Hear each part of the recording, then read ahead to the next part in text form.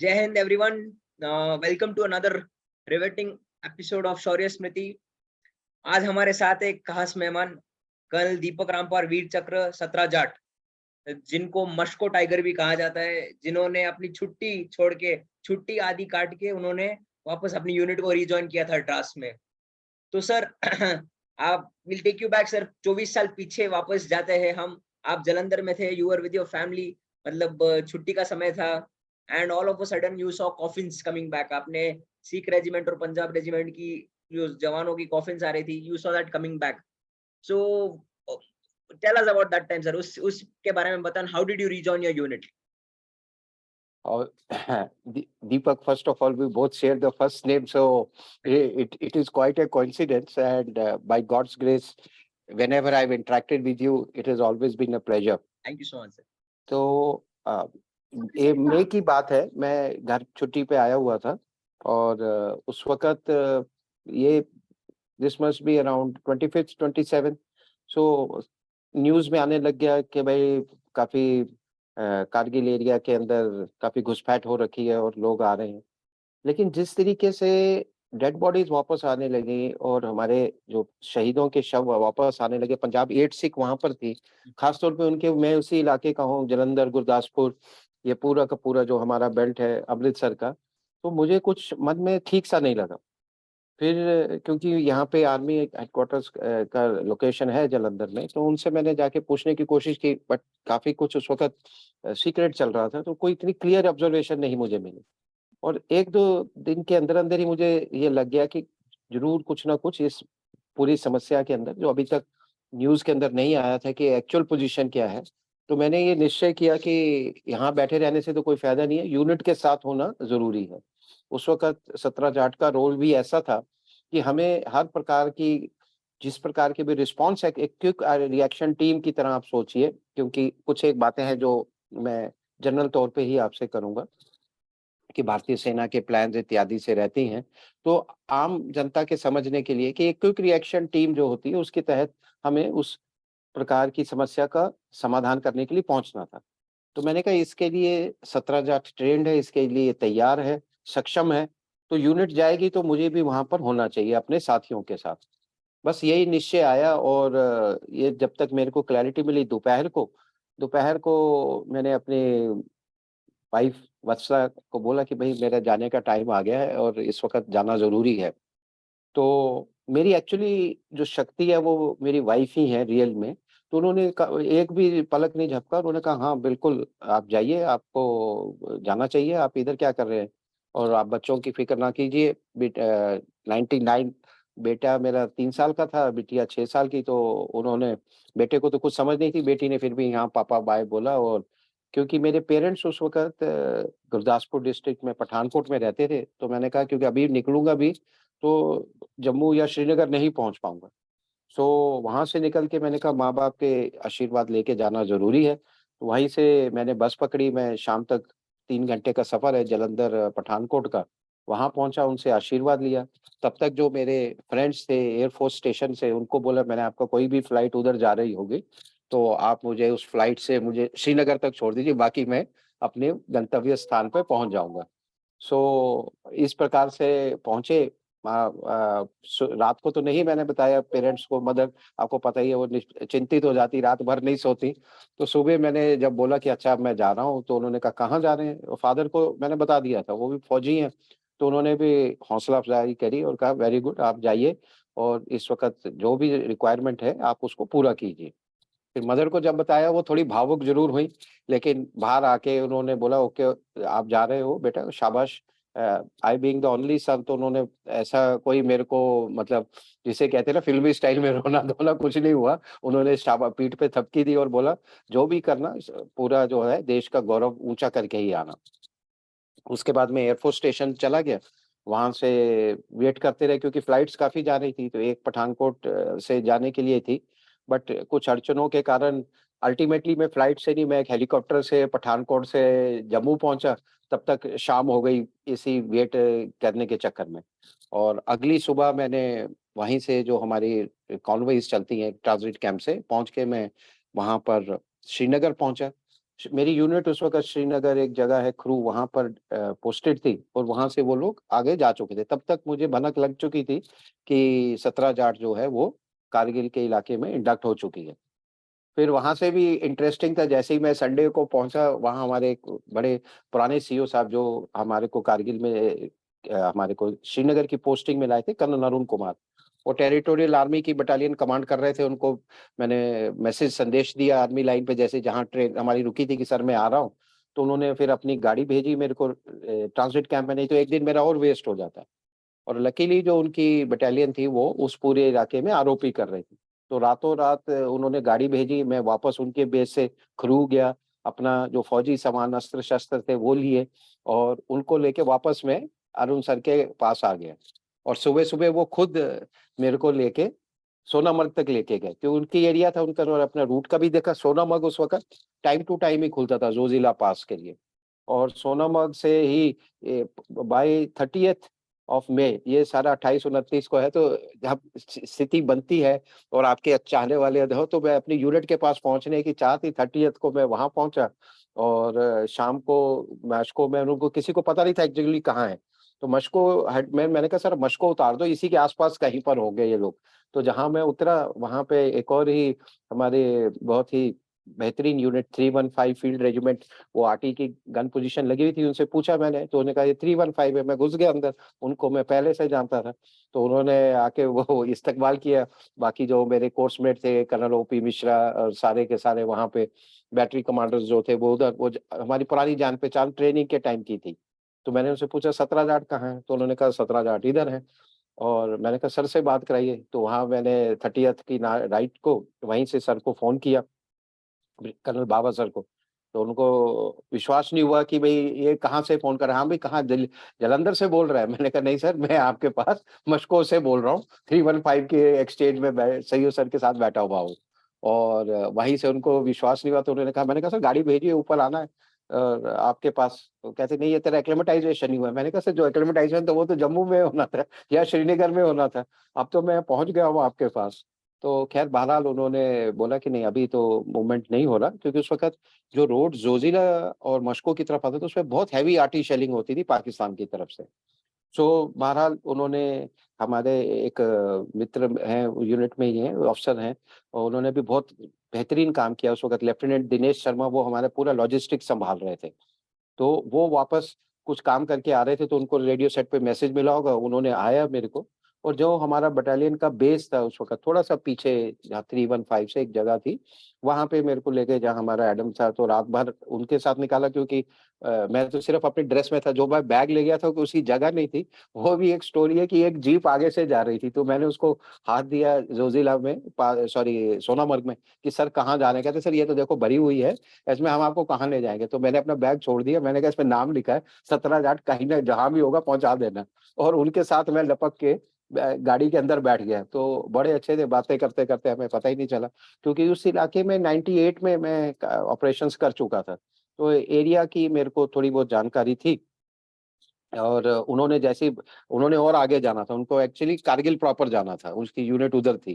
तो मशको में उन्होंने मुझे छोड़ा था, अंधेरा मैंने आपको कहा हो ही चुका था, पहाड़ों में उस वक़्त जल्दी ही अंधेरा हो गया था।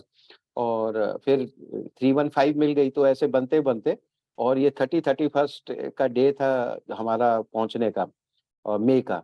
और वहीं फिर मैं पहुँचा, रात उधर रुकी, फिर अगले दिन तो रुका नहीं गया। तो फिर मैंने कहा सर को बोला कि सर अभी यहाँ बैठ के मैं किसी काम कर रही हूँ, तो मुझे आप अपने पास ही आने दीजिए। और बाबा सर ने फिर पूरा जो लेफ्टिनेंट दिनेश के साथ जो सुबह की थी हमारी सॉर्टी, क्योंकि ज़्यादातर कॉन्वॉय मूवमेंट रात को होती थी और उस टाइम के ऊपर बहुत ज़्यादा हेवी शेलिंग होती थी। तो दिन में इक्का-दुक्का गाड़ी पे पाकिस्तान की तरफ से कुछ नहीं होता, तो हम एक फिर 1 टन के अंदर बैठ गए अपने टीम के साथ। दिनेश को बोला भाई लेट्स गो। एंड उसके बाद फिर मैं भी मशको घाटी में जो प्रॉपर हमारा जहाँ बटालियन का बेस था, फिर मैं वहाँ पहुँच गया। That was 31st of May, if I am not wrong. So, sir, it would have been actually a big booster to the unit, sir, because the youngsters के लिए you were like a mentor. The likes of Captain Anuj Nair, Lieutenant Shamsher, इनके लिए you were like a mentor. और जो senior था उनको भी एक assurance हो गया कि yes, I have an experienced company commander with me. And उधर already sir उस time तक I think 17 जाट की कुछ casualties हो चुकी थी, like Subedar Harphool Singh had lost his life. In a gallant action 6 लोगों के साथ उनका हुआ था ये, and in that major Punia played a crucial role in that operation. वो उसके बारे में जो प्रिलिमिनरी जो फर्स्ट ऑपरेशंस हुए थे 17 जाट के, if you can tell us a little bit about that sir. हाँ, तो ज पहला आपका प्रश्न था बिल्कुल, तो कई लोगों को क्योंकि सीईओ को पता था, सीईओ ने भी इसको एक सरप्राइज़ की तरह रखा। जब मैं पहुँच गया सभी ने जाके देखा, अरे रामपाल, और इधर टिपिकल जो फौजी लिंगो के अंदर रामपाल आ गया, ये मैड मैक्स है, ये इधर पहुँच गया, ये इसको रोका नहीं जाता, इसको घर छुट्टी भेजा था। वही और लेग पुलिंग वगैरह हुई, but yes, it was CEO was reassured, उनको काफ़ी ही felt very happy and he also praised and give me also assurance, good that you have come back. अगर नहीं भी आते तो there was no recall notice. Generally जब war होती है तो there is a recall notice, people are called back and वो कहते हैं बिना बुलाए तो मतलब बुलाने पे तो सभी को आना ही पड़ेगा, you have no option then, but you have come without calling. मैंने कहा सर पूरी जिंदगी अभी तक की जितनी भी है वो 17 जाट की ही है, और बाकी भी है वो 17 जाट की है एट दैट टाइम। एंड जो यंगस्टर्स थे दे वर सरप्राइज्ड एंड अमेज्ड। वो कह रहे थे कि सर आपको, हमें पता था कि आप रुकोगे नहीं छुट्टी पे, आप पहुंच ही जाओगे कहीं ना कहीं से। And that is how that afternoon was. फिर जब मेरे को ये पता चला ऑपरेशन हो चुका है, तो उसमें ऐसा था, हमारी ब्रेवो कंपनी, जब हम पहुंचे ही थे कारगिल के अंदर कपल ऑफ डेज बैक, मेरे आने से कुछ ही दिन पहले इस इलाके के अंदर यूनिट उस वक्त किसी और जगह पे डिप्लॉयड थी, क्योंकि मैंने कहा ये क्यूआरटी का है एक्शन का काम, तो हम रिजर्व्स में थे, तो हमारी क्यूआर पूरी की पूरी बटालियन मशकों में पहुंच गई।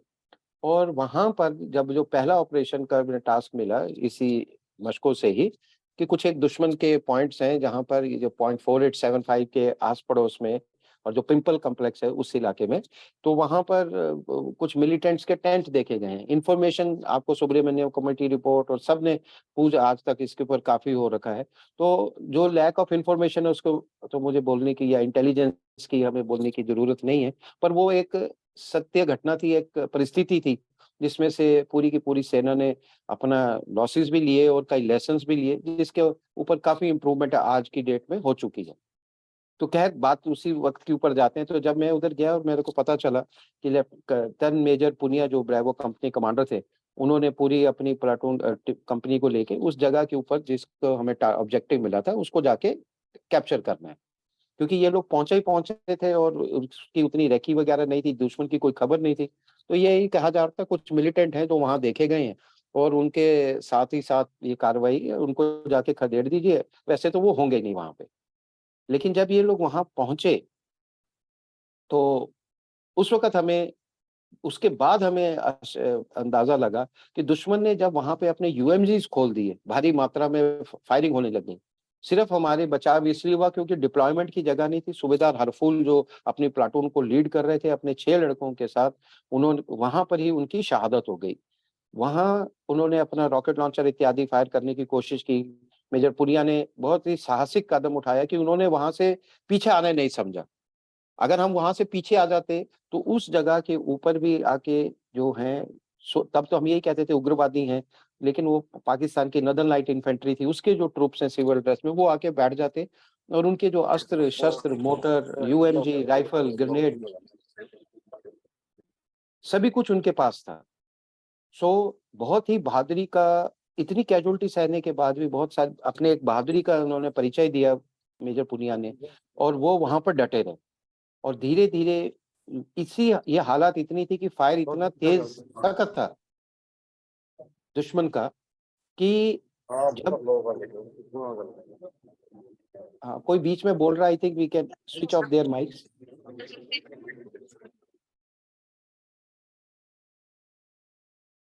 हाँ सर, हो गया सर, यस वी हाँ, कैन। ओके। हाँ, तो मैं ये कह रहा था, तो मेजर पुनिया की बहादुरी, दिग्विजय सिंह पुनिया की बहादुरी इतनी थी कि उन्होंने इस उसी वक़्त निर्णय लिया कि अगर हम पीछे आ गए, तो इस जगह पर भी आके दुश्मन बैठ जाएगा, और आगे आने वाले टाइम में जो भी ऑपरेशन होगा, उस वो हमारी पूरी भारतीय सेना पे हावी रहेगा। तो उसी मई के दौरान ही आप ये कह सकते हैं कि पहली जो कैजुअल्टीज़ होनी शुरू हो गई थी, और जहाँ दुश्मन का अटैक और काउंटर अटैक की आप एक बात शुरू करें, एक बहुत ही क्लियर मैसेज पाकिस्तान की तरफ से आ रहा था कि वो इस इलाके को छोड़ेंगे नहीं, उन दिनों की बात में, अगर उस परिस्थितियों को मद्देनज़र रखें।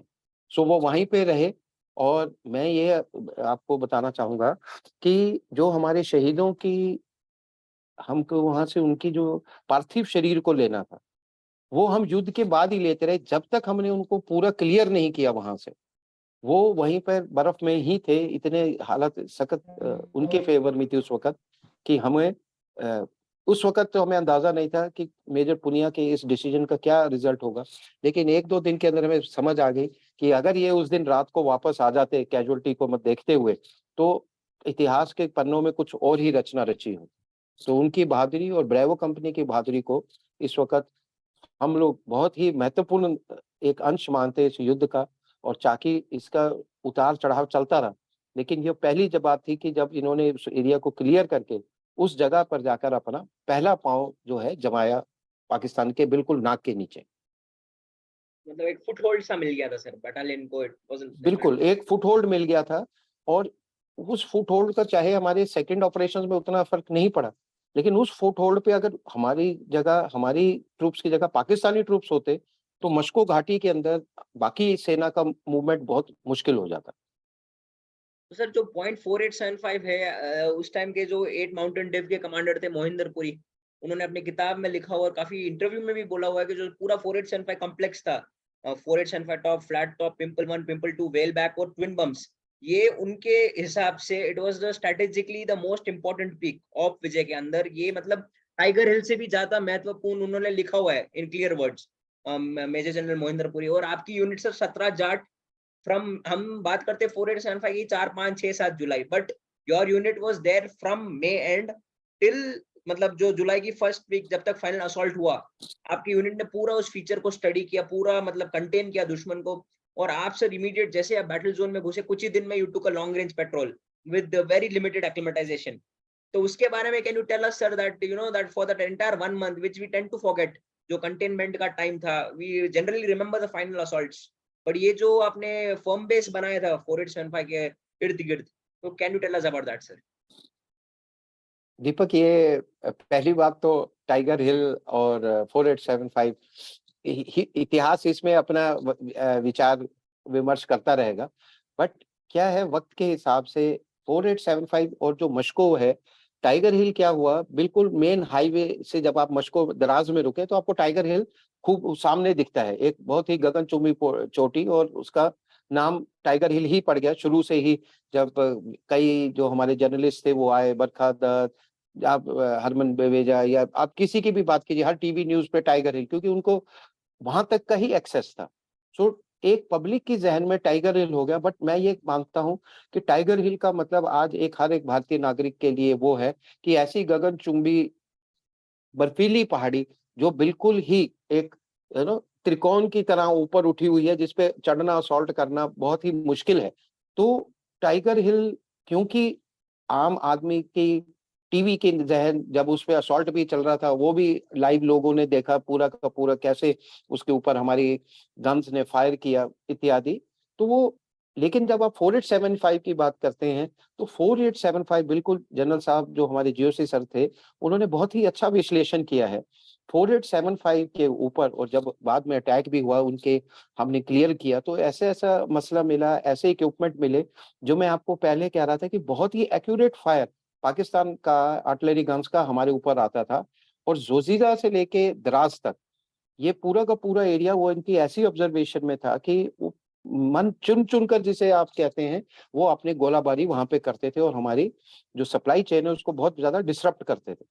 सो इसीलिए 4875 का, और अगर 4875 इतना वापस लिया गया होता, तो जोजिला से लेकर द्रास तक का एरिया जो है, आप ये कहें काउबल गली से लेकर यहाँ तक कि द्रास तक के एरिया में इनका वर्चस्व रहता, और लिटरली लेह और श्रीनगर का जो कनेक्शन है वो टूट जाता। सो जनरल सर की जो ये विश्लेषण है, जो एनालिसिस है, वो बिल्कुल दुरुस्त है। और इस हिसाब से 4875, क्योंकि एक तरफ एक बहुत बड़ा नाला आता है, सफेद नाला, जिसके ऊपर पिंपल कॉम्प्लेक्स में लेफ्ट से राइट अगर आपको बयान करूं, pimple complex, pimple 1, 2, Rocky knob, वो वाला एरिया, फिर वेल बैक जहां डेल्टा कंपनी ने अटैक किया, फिर पॉइंट 4875 पूरा जो 13 जैकरिफ ने जिसपे असॉल्ट किया। सो ये एरिया इतना महत्वपूर्ण था। और 4 तारीख को जब हमारा पहला वहां पे विजय हुई, 4 जुलाई को, और हमने वेल बैक वापस ले लिया उनसे, इनके बंकर संगर क्लियर करते हुए, तो उसके ऊपर काउंटर अटैक आया है, एक नहीं, दो नहीं, तीन। वो बहुत ही कम जगहों पर पाकिस्तान ने इस पूरे ऑपरेशन में कहीं पर किया होगा, क्योंकि उनको इस चीज की अहमियत पता थी कि अगर वो उस पर बैठे रहे तो ये वाला एरिया पूरा उनका रहेगा। तो ये थी 4875 की इम्पोर्टेंस और कंपैरिजन दोनों अपनी अपनी जगह है। और कहानी है लॉन्ग। एक बार बात हुई थी सर, उन्होंने उन्होंने बोला कि Tiger Hill was a diversionary attack. Main attack था 4875 and that was a brigade attack. Tiger Hill पे करेक्ट। जो 1.5 बटालियन, मतलब 4875 it was an entire brigade which was attacking, so that is what he told कि मतलब it हाँ, was quite important। देखिए ना आप, और 17 जाट 13 जैक रिफोर 17 जाट साइमल्टेनियसली। और यहाँ पर भी हमने मल्टीपल पॉइंट अटैक जो हमारी एक सिखलाई थी उसके ऊपर किया। 2 ब्रिगेड बटालियन अटैक कर रही है हमारी, 17 जाट की 2 कंपनियां अटैक कर रही हैं। 2 कंपनियों में भी हमने भी ये प्लान बनाए थे कि 2-2 प्लाटून हम मल्टीपल डायरेक्शन से अटैक इतने जगह पे हमें करना पड़ेगा, नहीं तो अगर हम एक ही पॉइंट ऑफ एक्शन पे चलते रहेंगे या इम्पैक्ट पे चलते रहेंगे तो उसमें हम लोगों को ही मतलब ज्यादा लॉसेस का सामना करना पड़ेगा और सक्सेस रेट भी उतना कम हो जाएगा। तो सर ये जो 1 मंथ जून में जो हुआ पूरा, जो आपने 4875 को पूरा स्टडी किया, if you recall incidents from there, मतलब क्या आपने मतलब क्या स्टडी किया हाँ, उस पूरे? तो जैसे ही पहले तो जो लॉन्ग रेंज पेट्रोल की बात थी तो उस वक्त जो हमारे कमांडर सर थे उन्होंने बोला कि then Major Rampal has back, so he's just he should go. I'm also qualified in skiing and mountain warfare. तो उन्होंने कहा इस इलाके के अंदर टाइगर हिल के ऊपर इस वक्त सक्सेस नहीं था, let us send a special petrol and let him find out a different route and to attack or how we can get back Tiger hill.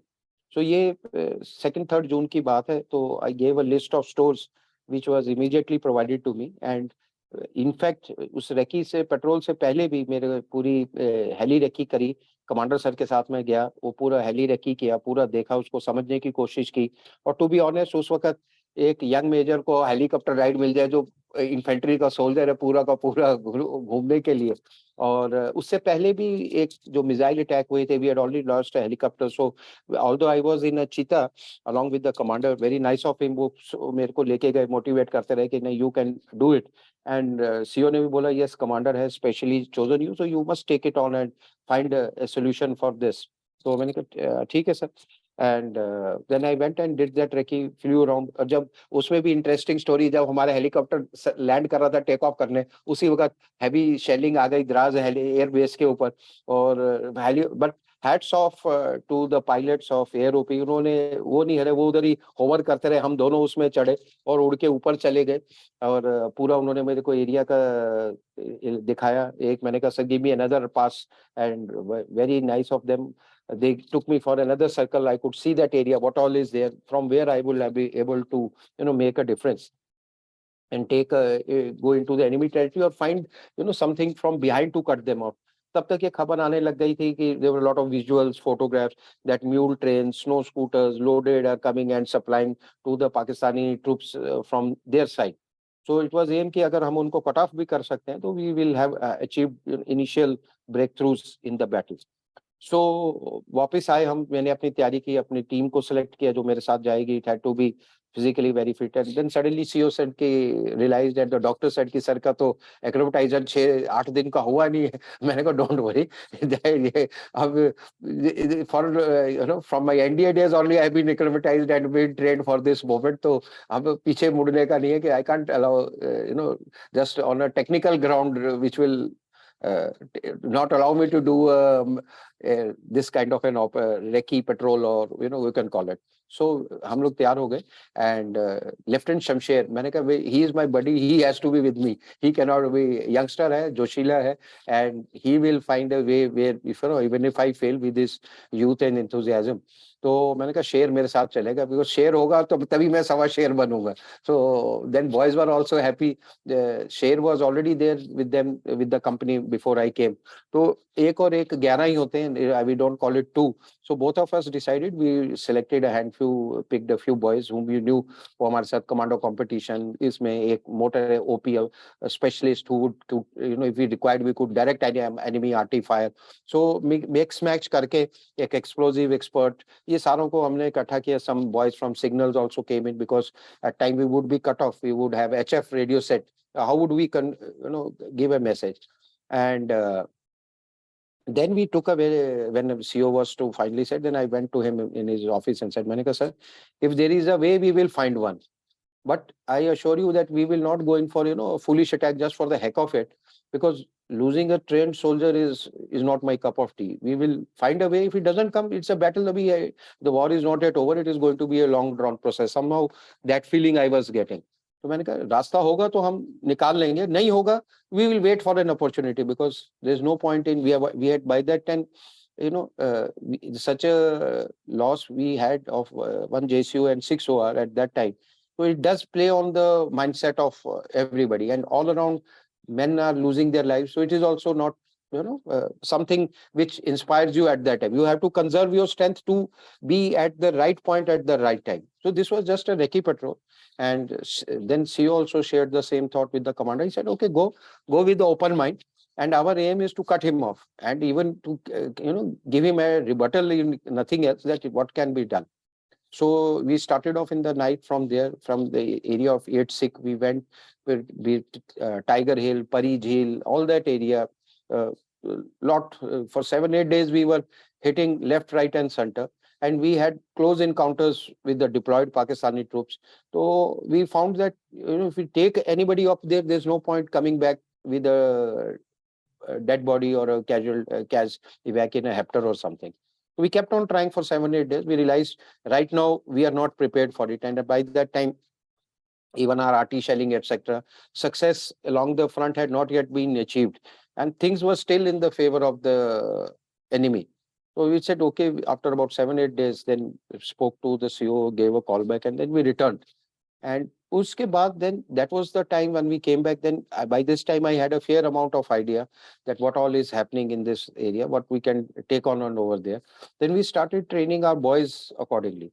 Isme ek interesting point ye hai, where we were situated at that point. At on and off times, RT shelling used to keep greeting us. It was not that we were sitting and nothing is happening. So somehow they were also doing speculative fire. So koi na koi to, any military mind will decide if something is to happen. There will be a few places which are open, which can be tucked in. So that also gave us a lot of confidence that if we can survive their shelling, they are falling all around us.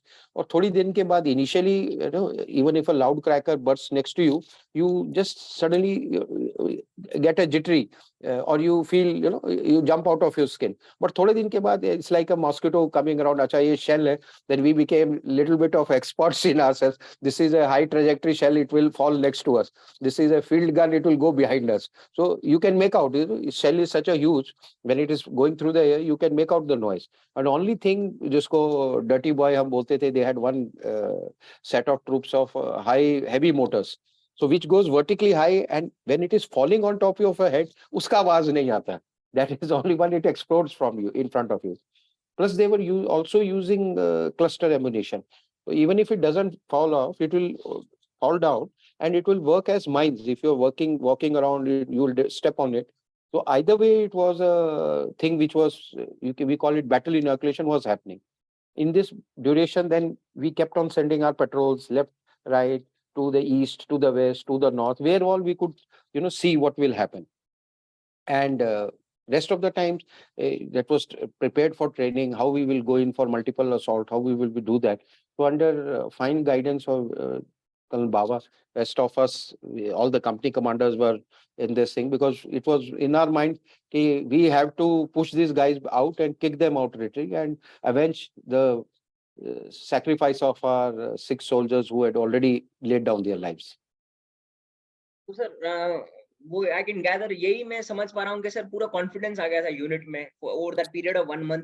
Training चल रही थी, रेकीज चल रही थी, and मतलब shelling से आपने जैसे बताया आप लोग बच रहे थे, and the stage was set in a way. Stage set हो गया था फाइनल असॉल्ट के लिए. तो sir July 4 is a historic day, मतलब in the Kargil war in our Indian military history, when you began the climb. and आपकी sir delta company की, तो आप मतलब you had a lot of confidence, आपको काफी आत्मविश्वास था उनके अंदर, बिकॉज आपने उनके साथ कई ऑपरेशंस किए हुए थे. और सर ये बात भी है जो काफी कम लोगों को पता है कि you were so confident of your man कि आप उस बैटल में विदाउट अ गन बिना गन के गए थे, क्योंकि आपको पता था कि इफ मेरी गन उठाने की अगर नौबत आ गई, मतलब I am not train my boys well. तो मतलब आपको इतना कॉन्फिडेंस था आपकी ट्रेनिंग में in that battle of Whale Back, फिर आपको उठाना पड़ा था in the section assault on July 8th, but yes, in the first battle of Whale Back आपने you survive death 3 times sir, at close quarters. तो अगर आप वो वेल बैक की सारी लड़ाई, और क्या प्लान, क्या 17 जाट को क्या टास्क मिला था, और if you can tell us about that sir. Okay. Battle don't start on the day of the battle, they start much before, they start in the mind. And this one aspect I will share with you, ये मैं बांटना चाहूंगा आप सबसे और हमारे जो youth है उन सब के साथ, कि चाहे वो कारगिल हो, चाहे वेलबैक हो, टाइगर हिल हो, पहली जीत हमेशा दिमाग में होती है। मेरे को ये निश्चित होना चाहिए हर एक लीडर को कि मैं इस मिशन में कामयाबी पाऊंगा ही अपनी टीम के साथ। तो वो एक जो निश्चय, जैसे आपने कहा, हमने ये था कि वहां पर हम वो पूरी की पूरी एक मन की तैयारी से चले थे। सो जैसे ही टाइगर हिल की लड़ाई चल रही थी और उसके ऊपर कामयाबी मिल रही थी, तो एक ऑप्शन था कि 4875 को जलपुरी सर की तरफ से कि 4875 भी क्लियर होना बहुत ही जरूरी है, उसकी अहमियत तो वो पता ही थी। तो उस वक्त हमें, मैं फाइनल रेकी के लिए वहां से निकला कि एक्चुअल में अभी अभी तक तो जनरल रेकी थी, अब वक्त आ गया था कि now it is nuts and bolts, कहाँ पर और किस जगह से किस प्रकार से कार्रवाई होगी। So I volunteered and I said to colonel Baba की सर, ये एरिया, क्योंकि मैं इधर घूम रहा हूँ, सबसे सीनियर मोस्ट कंपनी कमांडर हूँ, तो हक मेरा ही बनता है जाने का, यंगस्टर को किसी की भेजना, let me take on. But not that, major Ritesh Sharma, major sir, हवलदार Vijay Kumar, we were 3-4 of us who went in for this recce, because ज्यादा एक्सपोज करेंगे तो दुश्मन को भी हमारी इंटेंशन पता चल जाएगी। तो उसकी जहां हमारा बेस था वहां से ऊपर पहुंचना के लिए ही ऑलमोस्ट 48 आवर्स का क्लाइंब है, that means 2 nights। Day time में करेंगे तो वी वुड हैव गिवन हमें, तो सरप्राइज भी मेंटेन करना था और उस एरिया को पूरा हमने जांच पड़ताल करनी थी। तो वो पूरी कार्रवाई करने के लिए हम चारों के चारों ऊपर गए और जगह जगह से हमने अपना प्लान बनाया, रोड को देखा, उसकी स्केचेस बनाए, वापस आए कि इस प्रकार से हम कर सकते हैं, क्योंकि बिना उसको जाने समझे हुए हम किस प्रकार से कार्रवाई करेंगे। उस वक्त हमें लगा कि हमारे को नाइट विजन की भी जरूरत पड़ेगी, तो उसको हम कैसे, उस परेशानी को हम कैसे दूर करेंगे। तो ये सारा का सारा जब हमने प्लान बनाया, सोचा, वहां पे गए, और उसके बाद जब हमें सर को अपना प्लान प्रेजेंट करना था, जिसको उन्होंने फाइन ट्यून किया, तो हमने ये किया कि सर हमारे प्लान के मुताबिक अल्फा कंपनी की भी 2 प्लाटून जाएंगी, और नॉर्मली होता है कि भाई ब्रेवो जाएगी जो पुरानी है। तो हमने कहा सर ब्रेवो नहीं, डेल्टा जाएगी, आपको इतिहास बदलना पड़ेगा, क्योंकि लीडिंग में तो हम ही होंगे और रिजर्व कंपनी नहीं हो सकते। तो वो सर ने फाइनलाइज किया, 2 प्लाटून हमारी अटैक करेंगी, अलग अलग स्पर्स बोलते हैं, फिंगर के स्पर्स को, ऊपर चढ़ने की जगह नहीं है, किस प्रकार से उसको करेंगे। अब नाइट विजन के लिए हमारे को परेशानी आ रही थी, तो हमारे पास एक बहादुर अफसर थे, अटैचमेंट पे आए हुए थे गार्ड्स के, तो उनसे बात की, तो गार्ड्स उस वक्त मिसाइल्स भी आई हुई थी उनके पास, तो हमने ये चेक किया कि भाई मिसाइल की ट्रायल किया, जो उसकी नाइट साइट है उसको हम इस्तेमाल कर सकते हैं, उसकी रेंज काफी होती है। लेकिन उसके लिए उसका particular equipment, particular cylinder of gases चाहिए, क्योंकि वो थर्मल इमेजिंग के लिए वो कूल्ड गैसेस चाहिए। तो वो अफसर को भेजा अपनी यूनिट में, जाओ आप उसके सिलेंडर्स लेके आओ। तो धीरे धीरे एक एक चीज का तहकीकात करी, उसका प्रॉब्लम का सोल्यूशन ढूंढा, और फिर उसके हिसाब से हमने जब पूरा प्लान बनाया। अब ये था कि फायर बेस के बगैर हमको कामयाबी नहीं मिल सकती, अगर हम सिर्फ चलते रहेंगे तो दुश्मन का सर नीचे दबाने के लिए हमारे को भी किसी ऊंचाई की जगह से दुश्मन के जो, हाँ, हमने जो संगर और बंकर देखे, जहां उनकी एक्टिविटी देखी, और उसको अगर हमने अपने खुले दिल से फायर करने दिया, तो हम किसी भी हालत में बढ़ नहीं सकते। हालत ये थी कि अगर वो वहां से पत्थर भी लुढ़काएगा तो 2-3 तो हमारे जवान कैजुअलिटी होंगे, और बाईं तरफ भी खाई है, दाहिनी तरफ भी खाई है, और अल्फा कंपनी की तरफ और थोड़ी मुश्किल थी, क्योंकि उस वक्त मैंने कहा आपको, जो नाला है वो बिल्कुल तेज भाव में आ रहा है, उस साइड में भी जाके साइड स्कर्ट करके बाएं से घूम के आने का भी कोई रास्ता नहीं। तो इस पूरी की पूरी प्लानिंग के अंदर जब हमने ये पूरी छोटी छोटी एक एक, जैसे अब कहते हैं कि now it is brass tacks, आपको एक किसका कदम किस वक्त कहाँ पर चढ़ेगा। तो फिर हमको जब ये डिसाइड किया, तो फिर पहली 2 रातें हमें अपनी फौज की मदद से, दूसरी यूनिट कंपनियों की जो सेना की और टुकड़ियां आई, हमने पहले उस जगह पे जाके अपना एक स्टॉकिंग का लेवल बढ़ाया, जहां से हम फायर करेंगे। और उसमें सबसे again The most important thing in all that was to maintain secrecy. आपके अगर जो इंटेंशन है दुश्मन को पता चले तो वो भी उस जगह को रीइंफोर्स कर सकता है, सारा कार्रवाई कर सकता है, और उसकी भनक भी ना पड़े। तो ये एक बहुत हाई लेवल के ऊपर रात भर हम लोगों ने काम किया, ऊपर चढ़े, नीचे आए, मैं रेकी करके गया, फिर स्टॉकिंग किया, फिर वापस आया, फिर कंपनी को लेने के लिए गए ऊपर। और 2 रातें 3 रातें तो हमने सिर्फ अपने फायर बेस पे जो हमें एम्युनिशन चाहिए होगा उसको करना। बीच में हमने कोशिश की कि हमारे जो मोटर के जो जवान हैं, ओपी हैं, वो भी जाके देखें, क्योंकि हमें मोटर की भी अपनी शेलिंग करानी बहुत जरूरी थी। वो भी हाई ट्रेजेक्टरी वेपन है। आर्टिलरी की फायर का 315 के battery commander major Rajendra Kumar हमारे साथ थे, उनको हम पूरा डाटा वहां से सप्लाई कर रहे थे। आज की जैसी अगर माहौल होता तो सब लाइव आप कैमरा पे देख सकते थे, but 99 we were not at that stages of having that kind of equipment. It was all visual. It would all what you could draw, what you could convey, and what you could do from the map. तो ये सारी की सारी तैयारियां करने के बाद, और 4 तारीख को जब हमने वो चलना था, तो फिर जो आपने कहा कि मैंने मेरे हाथ में हर वक्त एक स्टिक रहते, माउंटेनियरिंग का एक असूल है, almost must carry a stick, 3 point contact बोलते हैं। सो बॉडी के 3 पॉइंट्स कांटेक्ट रहेंगे, even of the steepest of Cliff the soldier will not fall. And in लोगों ने मेरा नाम, इतने बड़े मेरी दाढ़ी थी, माउंटेन बियर रखा था। I was about 100 KGs plus. तो वो कह रहे थे कि आप माउंटेन बियर है, आप कहीं भी चढ़ जाएंगे, हम क्या करेंगे। So that's jokes apart. तो उन लोगों ने, मेरे शेरों ने बोला कि भाई, एंड आई टोल्ड देम कि टेलिंग कि बैटल की here, the battle is in our mind. So I said who will go. मेरे हाथ में जो स्टिक था, को जाट भाषा में डोगा बोलते हैं, walking stick is called a Doga. So I said ये डोगा ऊपर जाके कौन लगाएगा। So you are leading, so my platoon has to be in front.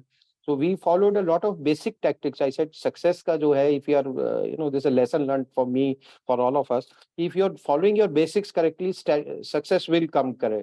तो जो हमारी ट्रेनिंग थी, जो हमारे प्लान था, उसके ऊपर भी हम उसको नहीं चेंज करेंगे। So बेसिक मैंने कहा first platoon will be leading, first platoon में भी, उसके बाद Shamsher is leading, then the company commanders position, then way it has been evolved and designed over a period of time. तो हर आदमी अपनी जगह पे, हर एवरी कहते हैं कॉग in the wheel has its own place, ना कोई कम है ना कोई ज्यादा है, पर हर एक को अपना काम बहुत ही तन्मयता से करना।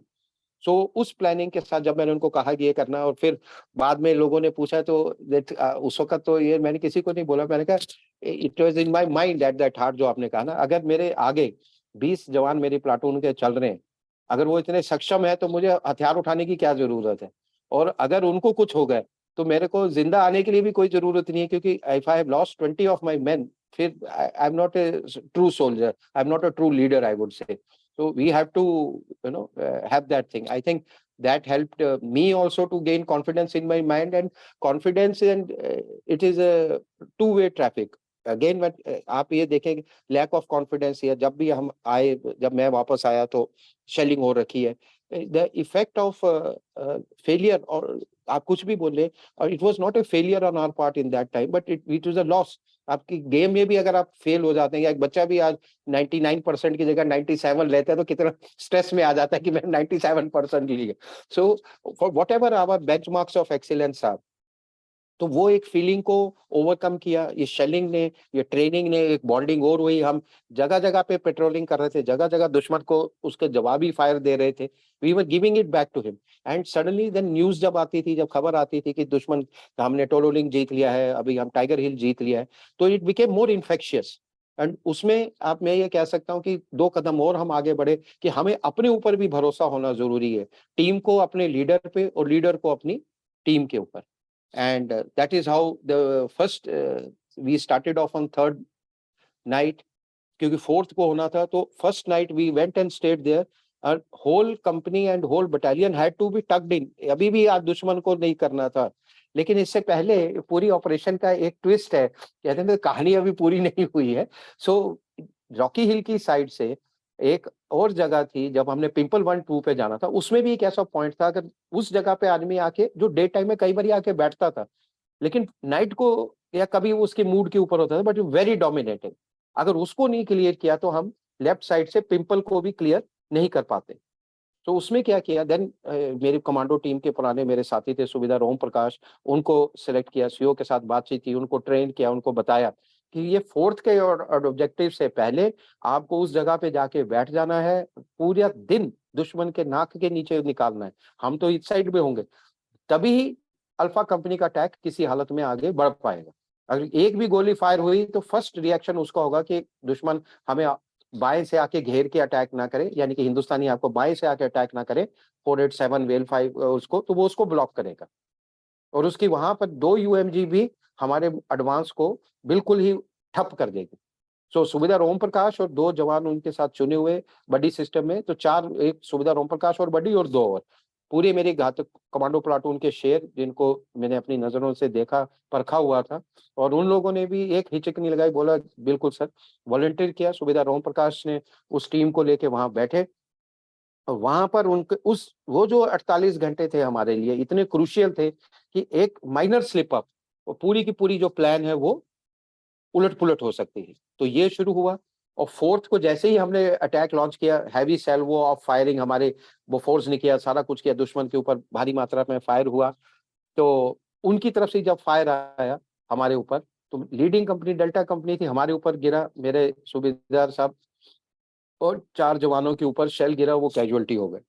एक चीज़ हमने कंपनी में जाने से पहले, जब मैं इनकी ब्रीफिंग कर रहा था पूरे के अंदर, एक बात बोली कि कैजुअल्टी अगर हो जाएगा, कंपनी का कोई भी जवान पीछे कदम नहीं रखेगा, क्योंकि एक कैजुअल्टी को लेने आने के लिए भी 16 8-8 की आपको 2 टीम चाहिए, जिस हाइट पे हम थे। तो रिजर्व कंपनी से हम कैश बैक करेंगे, हम अपने अटैक को नहीं चेंज करेंगे, हम अपने गंतव्य पे बढ़ते रहेंगे। और जैसे ही ये शेलिंग हुई, और दोनों तरफ से सूबेदार भभूत सिंह, मेरे सूबे यहाँ पे सूबेदार साहब थे, वो उनको कैजुअल्टी हुई, भभूत साहब उस साइड पे, ये वाली पार्टी इस साइड पे। हमने उनको सीओ सर को जैसे मैसेज मिला कि भाई शेलिंग हुई है और इनको लॉस हुआ है, वो फर्म बेस में बैठे हुए थे, पूरे कर रहे थे वहाँ, जो मैंने आपको कहा नाइट विजन लग चुके थे, वो नाइट से उसको देखने की कोशिश कर रहे थे। लॉन्च तक, जब तक जाने से पहले तक, मैं खुद पूरी बैटल सीन को, क्योंकि मैंने ये दिन के टाइम ये सारा चीज़ देखी हुई थी, तो उन सबको लेफ्ट राइट मूवमेंट को, कार्रवाई को कोऑर्डिनेट कर रहा था। और जैसे ही ये हुआ तो बोला कि क्या हम एच आवर को हम डिले करेंगे? हमने कहा कोई डिले नहीं करेंगे। इस चीज़ के लिए कॉन्टिजेंसी के लिए मैं तैयार था, और सिर्फ इतना ही बोला, शेयर टू द फ्रंट। तो श शमशेर, जो हमारे लेफ्टिनेंट शमशेर है, जो प्लाटून कमांडर थे, वो पीछे से वो आगे आ गए, और उन्होंने उस अटैक को जब लीड किया, और उसके साथ-साथ ही हम आगे बढ़ते गए। तो वो जो रात है फोर्थ की, संगर टू संगर क्लियर कर रहे हैं, फाइट चल रहा है, ऊपर जा रहे हैं, और सुबह के ऊपर जाके जवान जो मेरा शेर था, उसने जाके बोला सर आपका डब्बा ऊपर हमने गाड़ दिया है, और दुश्मन पे फतेह हासिल कर लिया। पर फोर्थ की नाइट पे ना ही 4875 टॉप क्लियर हुआ था, ना ही पिंपल हुआ था। उसके बाद असली टेस्ट डेल्टा कंपनी का शुरू होता है। This was just the beginning, and लड़के इतने बहादुर बलवान कि अब काउंटर अटैक आना शुरू होने की जो कार्रवाई थी, अब यहाँ से कार्रवाई शुरू होती है, राइट 5th सर, की मॉर्निंग। मतलब इनका किला जैसे बना हुआ था उधर, काफी इतनी किले। बिल्कुल, बिल्कुल, हाँ, उनके संघर्ष बने हुए थे। और जब हमने 8th को जो फाइनल असॉल्ट किया, तो अ, वहाँ जो पहाड़ के अंदर वो उन्होंने कार्विंग करके रखी हुई थी। अपार्ट फ्रॉम दैट, उनके हमने इलाके में जाके हम रुके, उनके जो शेल्टर्स बने हुए थे, एफआरपीज़ बोलते हैं, फाइबर रिइंफोर्स्ड प्लास्टिक हट, क्योंकि उन्होंने तो विंटर के से पहले ही ये काम शुरू किया था, उनके स्टोर्स एक्टिव। बट जब शेलिंग होती थी तो वो उस पहाड़ की एक गुफा टाइप के अंदर घुस जाते थे। तो हम जितना मर्ज़ी बिफोर फायर करते थे, कुछ नहीं, वो तो टोटली दिस थिंग, और बिल्कुल रॉक फेस था, जो लास्ट हमारा असॉल्ट था डे टाइम वाला 8 को, तो उस वक़्त तक ये उसके ऊपर थे। और हमारे ऊपर क्या हो रहा है कि पिंपल से फायर आ रहा है, इधर 487 से स्नाइपिंग चल रही है, जो मैंने आपको एक बारी शायद कभी मेंशन किया था, बलवान की, हवलदार बलवान की जो वीर गाथा है। राइट। और मैं भी यही चाहता हूँ, और आप लोगों से जब भी बात करता हूँ तो मेरा यही रहता है कि भगवान ने शायद मुझे जिंदा इस सारी गोलीबारी के अंदर इसलिए रखा कि मैं उन बहादुर सैनिकों की गाथा आपको सुना सकूं। मैं एक्चुअली उनका स्पोक्स पर्सन हूँ। There is nothing Deepak Rampal, it is all the warriors, the martyrs on whose behalf I am speaking. Sir अभी काउंटर अटैक की बात हो जाए, और जो है आपने बताया हवलदार बलवान सिंह की जो कहानी है, जो जाट बलवान जय भगवान का नारा लगा रहे थे even after being shot so many times, तो उसका, और जब टाइगर ऑफ ड्रास अनुज नायर ने आपको ज्वाइन किया था 5th को रात में with ammunition he had come up, तो वो जो सारा जो आप, अगर आप बता सकते sir, how did you beat back the counter attack, और वो क्या था, मतलब दिन में चल रहा था ये सब, डे लाइट? तो दिस फिफ्थ की मॉर्निंग हो गई, तो फिफ्थ मॉर्निंग ऊपर जैसे ही हम ऊपर पहुंचे तो लीडिंग प्लाटून ने बोला कि सर ये दुश्मन हमारे सामने इज गेटिंग टुगेदर। कई प्लाट जो हमारे स्काउट्स थे, मैंने कहा ऐसे कैसे हो सकता है यार, ये सब जगह तो वो भाग गया, हमारे से इतना विशेष प्रेम क्यों है।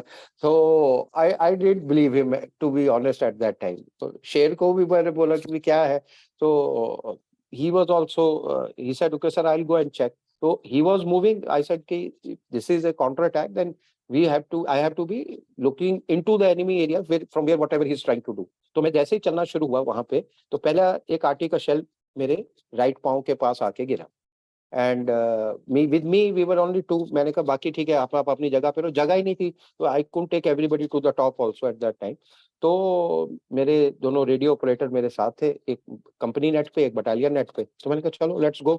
सो first shell fell down and then धुआं ही मिट्टी मिट्टी पूरी चारों तरफ उड़ गई है, धुआं सारा हो रखा है।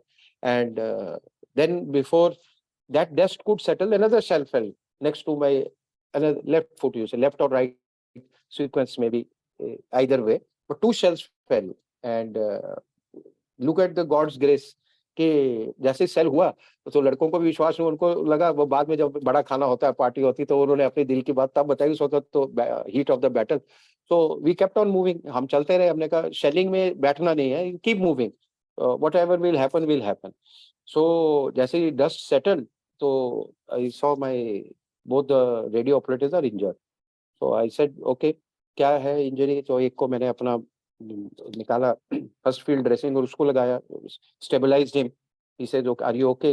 Yes sir, but he was in a state of shock. So I said, what about other one? उसके पास अपना शील्ड ड्रेसिंग था, क्योंकि उस जो फर्स्ट वाले का था उसका shield dressing we had used, उसको बाद उसका ब्लड फ्लो रोका। He also says okay, by God's grace Pal Singh and the operator both are fine. तो उनको मैंने कहा okay, you move back from the same line, give me the radio set. So radio set हमने ऊपर ले लिया, और दोनों, एक छोटा एक बड़ा, और इनको मैंने नीचे भेज दिया। Go, you get first aid. यहाँ पे the major lifeline I was saying the entire operations. In fact, Kargil got, there are only 2 RMOs, medical officers, who have got gallantry award. One of is from my unit. In fact, today only I was speaking to him, Vishal Veer Sharma, then captain. He's a Sena Medal gallantry. तो ही उनको जवानों के साथ इतना connect था कि उनको पता था कि अगर डॉक्टर साहब तक पहुंच गए तो हम जिंदा रहेंगे। And so I said okay, you move, don't worry.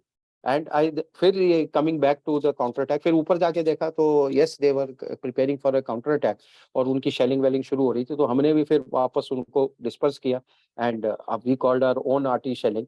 But ये दिन भर में ये कार्रवाई फिर सेकेंड टाइम, फिर third time, they were determined कि ये वेल बैक को हमने ले लिया। तो अभी तक तो they were holding on to Pimple Complex and 4875 Top. तो अगर वेल बैक हमने ले लिया, which had come like chopping blow between them, wedge बना दिया था, तो we will still be dominating the entire feature. But the boys they didn't give up, hats off to their bravery, उनकी बहादुरी को सलाम है। उन्होंने कहा सर अब आ गए हैं तो जाएंगे, तो डेड बॉडी जाएगी, कदम पीछे नहीं जा सकते, आगे ही बढ़ेंगे। We kept on over there. फिर वो जो स्नाइपिंग वाली है, so they had hats off on 4875, they had a very good sniper. तो वो ही वॉज डोमिनेटिंग इट। तो डे टाइम में आप थोड़ी भी हरकत करेंगे तो उस वो हमारे ऊपर फायर कर रहा था और हिलने नहीं दे रहा था। तो शमशेर और मैं एक साथ लेटे हुए थे, अपने हाथों से ही हम पत्थरों को पीछे पीछे पीछे करके, तो और तो कोई कवर था नहीं वहां पे, कोई ऐसी बड़ी रॉक से हो जिसके पीछे हम छुप जाएं और गोली से बचे रहें। तो धीरे धीरे उधर ही हम पड़े रहे पूरा दिन। हमने वो उसके बाद 5th का कैसे काटा, फिर 6th का भी इसी प्रकार की परिस्थिति में। देन शाम को, क्योंकि अभी वी नीडेड एम्युनिशन हमारा was finishing, so that is the time on 5th evening that we had the first from our from base, so for replenishment of our ammunition etc. Then the time Anuj came, हम लोग भी उनको बिल्कुल रखा कि भाई ठीक है, अभी लो की रखो, अभी let's wait it out, we are not till the time the tops are cleared, we will have to hang on over here. And alpha company उधर से कर रहा था, 13 जैकरीफ, हैट्स ऑफ टू देम। वो बहादुर सैनिक उधर से लगे हुए थे। मेरे को अभी भी याद है सर जोशी जो सर हमको सब जो सर बोलते थे, इनकी इनफैक्ट जब रेकी हो रही थी एंड वी हैड टू, जब they had already done one attack, they had done very well for themselves, the unit had earned a lot of laurels. तो जब वो इधर इनकी टीम आई हमारे साथ रेकी करने के लिए, तो I said okay sir, I will take you around, don't worry. उसमें because I had only done my unit recce, तो आई न्यू द एरियाज 30, इनको 4875 को कहाँ लेके जाना, इनके पूरी की पूरी टीम। एंड जो जन Joshi sir, then Colonel Joshi sir, he was along with his company commanders, लोग सारा उधर देखने के लिए, प्लानिंग करने के लिए जा रहे थे। I took them along, then they made their plans at 4875 ultimately execute तो उन्होंने किया, but lot of josh, lot of learning from them, and we had a great bonding. And after that, the bond between 13 Jackrafe and 17 Jat has grown. Personally, I have a lot of association with all the wartime officers of that time, and it is vice versa. जब वो 17 जाट में आते हैं या मैं 13 Jackrafe में जाता हूँ, so we are, you know, you can say we are two peas in a same pod. Sir, now let's come to the actions of Captain Anuj Nair sir. मतलब he एक के बाद एक उन्होंने मतलब 3 संगठ क्लियर किए थे and without stopping, मतलब उनके साथ it was मतलब beyond his call of duty for that time. मतलब the way he attacked after, especially जब कंपनी कमांडर उनके इंजर्ड हो गए थे, major Ritesh had got injured and just 2 years की सर्विस थी, had just done his VIOs and 24 years की as थी सर उनकी, and you know he took on the company को लेके जो उन्होंने किया उधर. Can you tell us about his action, and personally आपका उनके साथ क्या association था even before Kargil, and what do you make out of him? See, the army unit is especially infantry, for that matter any fighting arm, is a very close-knit unit, and more so when it is in a highly operational area. तो हम 97 से we were in J&K only, moving around up and down. As I said, we were a quick reaction team of the forces. तो हम लोगों ने कई operations militancy के, कई operations रेकी reconnaissance के, under enemy nose, ऐसे किए हैं. तो वहां पर हम लोगों का जो आप you could say, you know, gelling together, any bond which is born under forge of fire, it could be anything. आपकी जो friends है जो who were with you in your toughest time, they became your best friends. Normal जो school time में जो normal भी थे, they were acquaintances, but those bonds under pressure become more stronger. So similarly, although I was senior, very senior major over there, and he was a young officer, but ऐसा नहीं था कि there were hierarchy कि ये senior है और ये बात नहीं करेंगे. ऑपरेशन में इकट्ठे हैं, एक बारी मैं उसी टीम को लीड कर रहा हूँ, एक बारी अनुज है, एक बारी शमशेर है, एक बारी दिनेश है, पुनिया है. So you were all operating separately. Suddenly you would come around in the evening for a CO's briefing, everything. Then और कहाँ जाएंगे हम लोग एक दूसरे के साथ. We will share our experiences. I learn something from them. Share some of my insights with them. तो इस तरीके से we were all a very close knit team.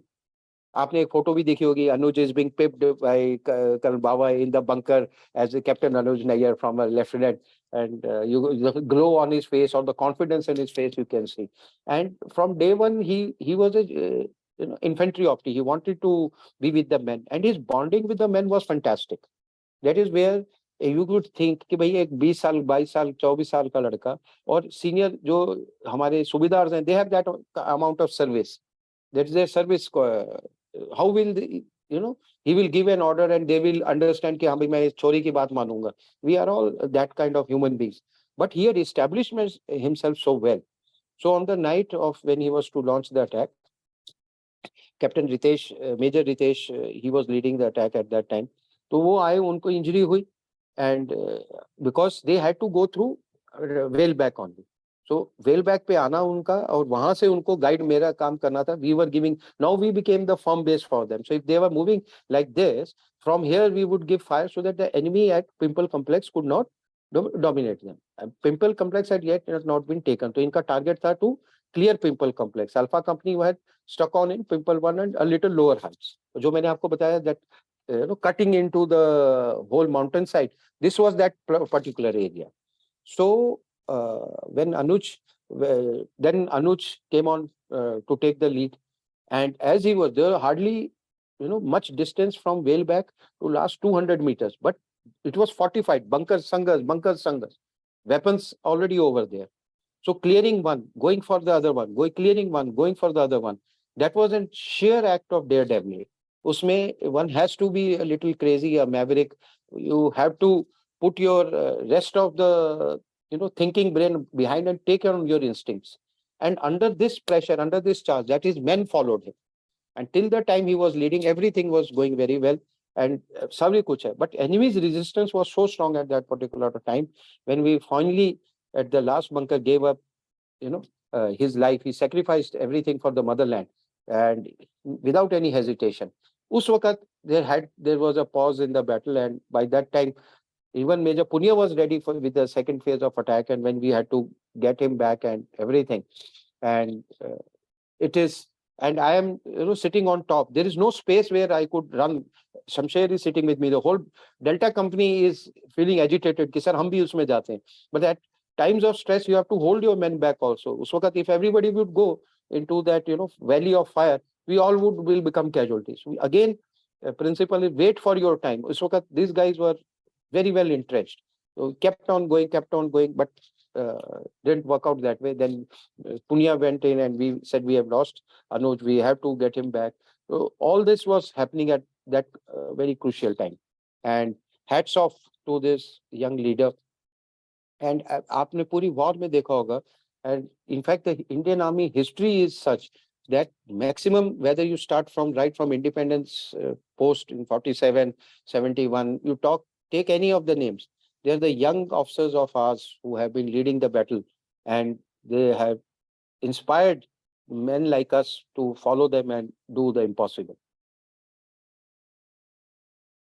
Sir, it is, how does it feel, sir? And जब लड़ाई चल रही है, arty shelling हो रही है, गन आपके ऊपर आ रहे हैं, but you lose your men. You lost Havaldar Balwan in that. You lost Captain Anuj Nair, Havaldar Hariom, Havaldar Kumar Singh. ये जब न्यूज आ रही थी रेडियो पे, और when you were hearing all this, तो उस टाइम पर as a leader, sir, how do you motivate your guys, and how do you keep the situation stable? Because कि मतलब the task is still incomplete.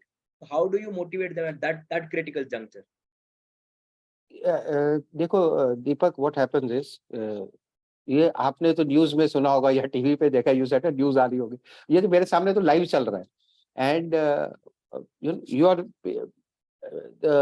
your wounded friends, the ones who are dead, they don't cry, they have already met the maker. But one who are having wounds, who are in agony, who are in pain, their cries are more heartrending.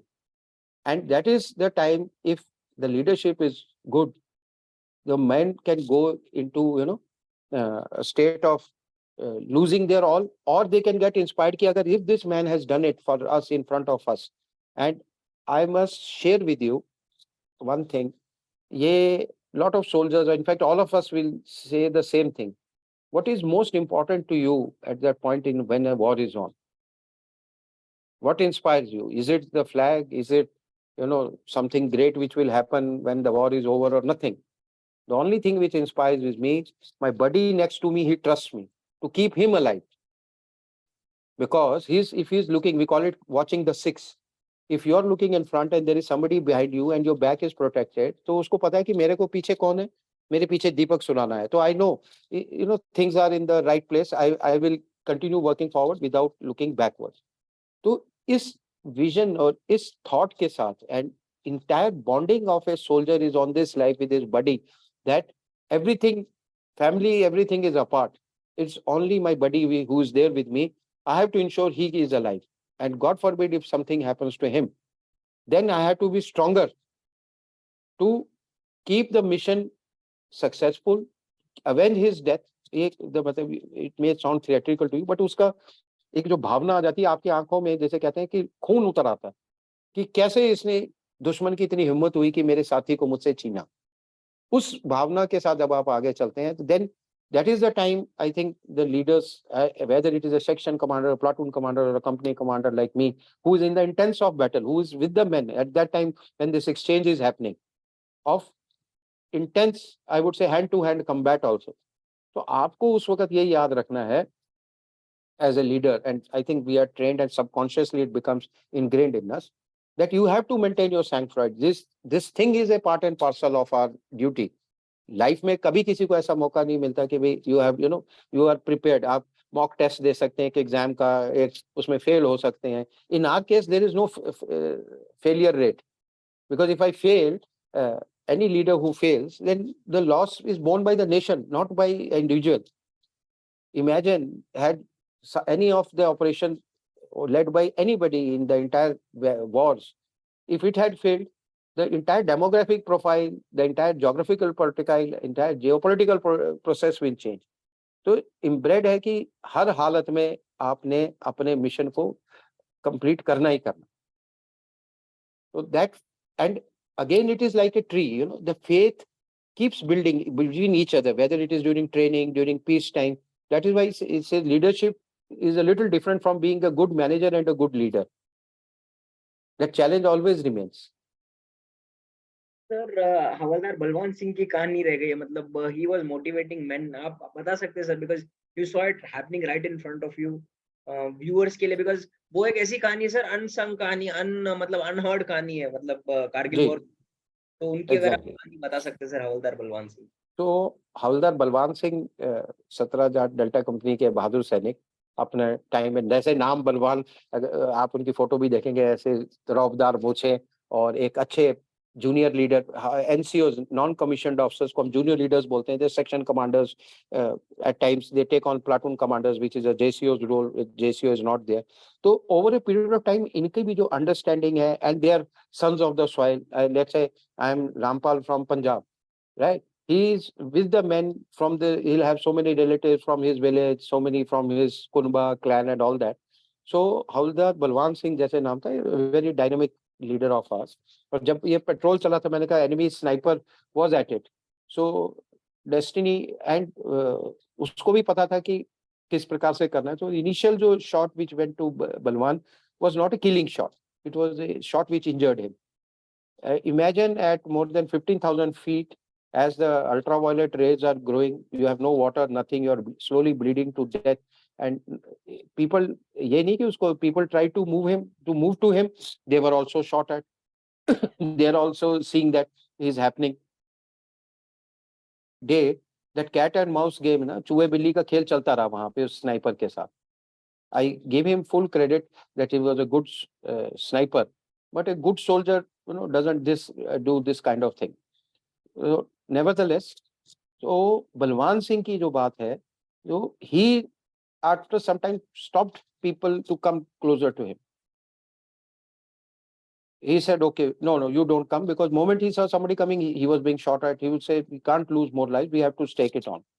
And this final shot when he got, because he was exposed, and this chap was using him as a bait for the others to come and kill more of the company and cause more casualties. So this is all I would say, whatever battle lessons one teaches you. But what we learned from Balwan was that, again, as I said, buddy, कि मेरे buddy को कुछ ना हो. He should not be this thing because of me. He's ready to sacrifice his life, whether he bleeds to death, whether this chap was this thing, and he himself was yelling at him. It is all listening. Typical MCBC in pain you give. कि जो है दम तो मार गोली, सीने में उतार गोली, ये क्या कर रहा है? That kind of morale. आप मुझे, you are asking how will these boys not be motivated? How will Anuj? How will Shamsher? How will Rampal? How will Dilbar? How any soldier will not, his boil will, आप जो कहते हैं खून खोलना उठ रहा है. Blood is boiling with fury. It is now when I'm saying, pardon me, मेरे रोंगटे अभी खड़े हो रहे हैं कि given a chance, how to avenge once again and give a bloody nose to the enemy when required. Even if I may be retired, but I am not tired. तो sir ये जो ब्लडी नोज आपने दिया था 8 जुलाई को, मतलब जो आज की डेट है, आपका बैटल ऑनर डे है मशको. Yeah. पिंपल 2 का जो ये लास्ट बंकर था सर, बिकॉज 4875 का जो था legs had been cleared. This was the last thing, जो लास्ट एनिमी का जो स्ट्रांग होल्ड था, ये था पिंपल 2 का जो लास्ट वाला बंकर, जो मतलब it was holding you up for 1.5 days Anuj Nair sir की मार्टियरडम के बाद से. तो सर वो असॉल्ट कैसे आपने लीड किया? आपने मेरे को बताया कि it was a very small column, पूरी कंपनी नहीं थी उसमें, आपने काफी कम लोगों को मतलब अटैक के लिए लेके गए थे उधर, and you succeeded in a daylight assault. जो डेलाइट असॉल्ट माउंटेन वॉरफेयर में पढ़ाया नहीं जाता है कि daylight assault is considered to be suicidal, but आप लोगों ने किया एंड यू गिव दैट वो जो final nail in the coffin in the Mushkoh valley. तो आप उसके बाद that assault of yours sir. So अभी एज आई सेड कि खून तो हमारा खोल रहा था, तो और we were very you know right, and then what was happening is over a period of time we have to keep our wits about. अपना जितना मर्जी प्रेशर हो सिखाया जाता है और हमें उसके लिए कि आप अपने जो विट्स है, keep your wits about you. So I realise after some time that ये तो कहानी चलती रहेगी। अगर क्लासिकल हम रात को ही अटैक करेंगे, फिर वो होगा, फिर हम पहले आर्टी फायर करेंगे, फिर वो करें, दुश्मन तैयार है। अभी तक अगर वो क्लियर नहीं हो पा रहा, और इसका मतलब ही is also expecting the same repetitive action. Tiger Hill का अटैक रात को हुआ, वो हमारा अटैक 2 रात को हो गए, उसने बीट बैक कर लिया। His confidence level would be high कि अगर ये फिर आएंगे रात को और हम भी हो जाएंगे। और ह्यूमनली अगर वो लीड कर रहा है तो कंप्लेसेंसी उसमें भी होगी। हमें मेरे को ये लगा कि भाई हम तो we are the winners, we can't be dislodged from here. इधर से there was a team which would have special forces team had to come up and clear him from the other side. That was a part of the plan, but somehow, as I said, because of the nala, the gushing waters, it was not possible.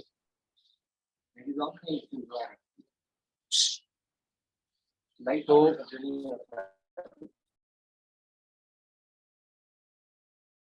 सो ये जब ये देखा मैंने, तो CO sir को इतना ही मैंने बोला कि sir we are going to take a daylight assault and we will do it in total surprise so that he do something which is unexpected. Expected lines पे तो we have not yet been able to clear him, and that is the time luckily now what that sniper had done, again hats off to the entire operation by Vikram Batra under apna General Joshi, Colonel Joshi then, and the entire team who were there, Colonel Bhaskar, Major Bhaskar then।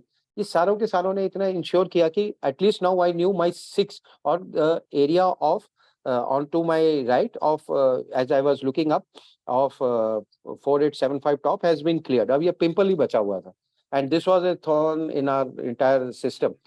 So it took this is the time I said, okay, now is the time for me to move up. We selected 3-4 boys, and उनको मैंने बोला कि ये हमारा plan होगा। How many are willing? Before I said picking them up, so the entire company stood up in, hands stood up कि sir we will all go. So I said सारे तो जा नहीं सकते. If it is a suicide mission, it has to be chosen few, and even for that it has to be someone I can know who will do the needful. And the moment we selected this, and Shamsher said, sir, I will lead. मैंने कहा शेर तेरा time अभी हो गया है, this is my time, so it has been always a thought, and any of the difficult missions the senior most should lead, and rightly so. I said, okay, let me take it this one forward, and that is the time I took a AK from one of the soldiers, and we all did a little small test firing, and then we said, okay, let's move.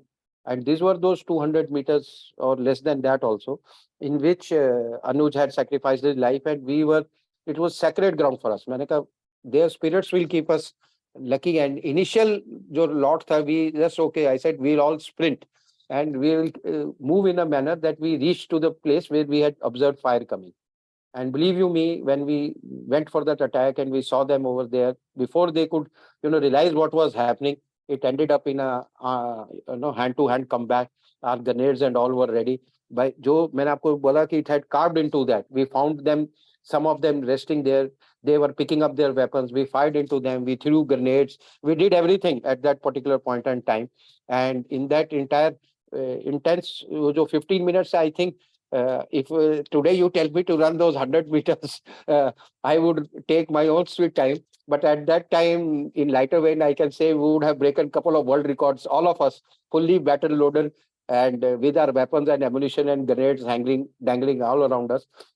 We just made a dash for it, and the boys, hats off to them again. Each one of them was as ferocious as a tiger, and we took care of the enemy. Later on, when we checked their documents and all, when we were seeing what all they had all proper, there was 12 Alpha Company and Bravo Company troops mixed of 12 Northern Light Infantry. My unit history museum has all the papers. Some we have shared the documents and records along the chain. Jat Regimental Center has all those.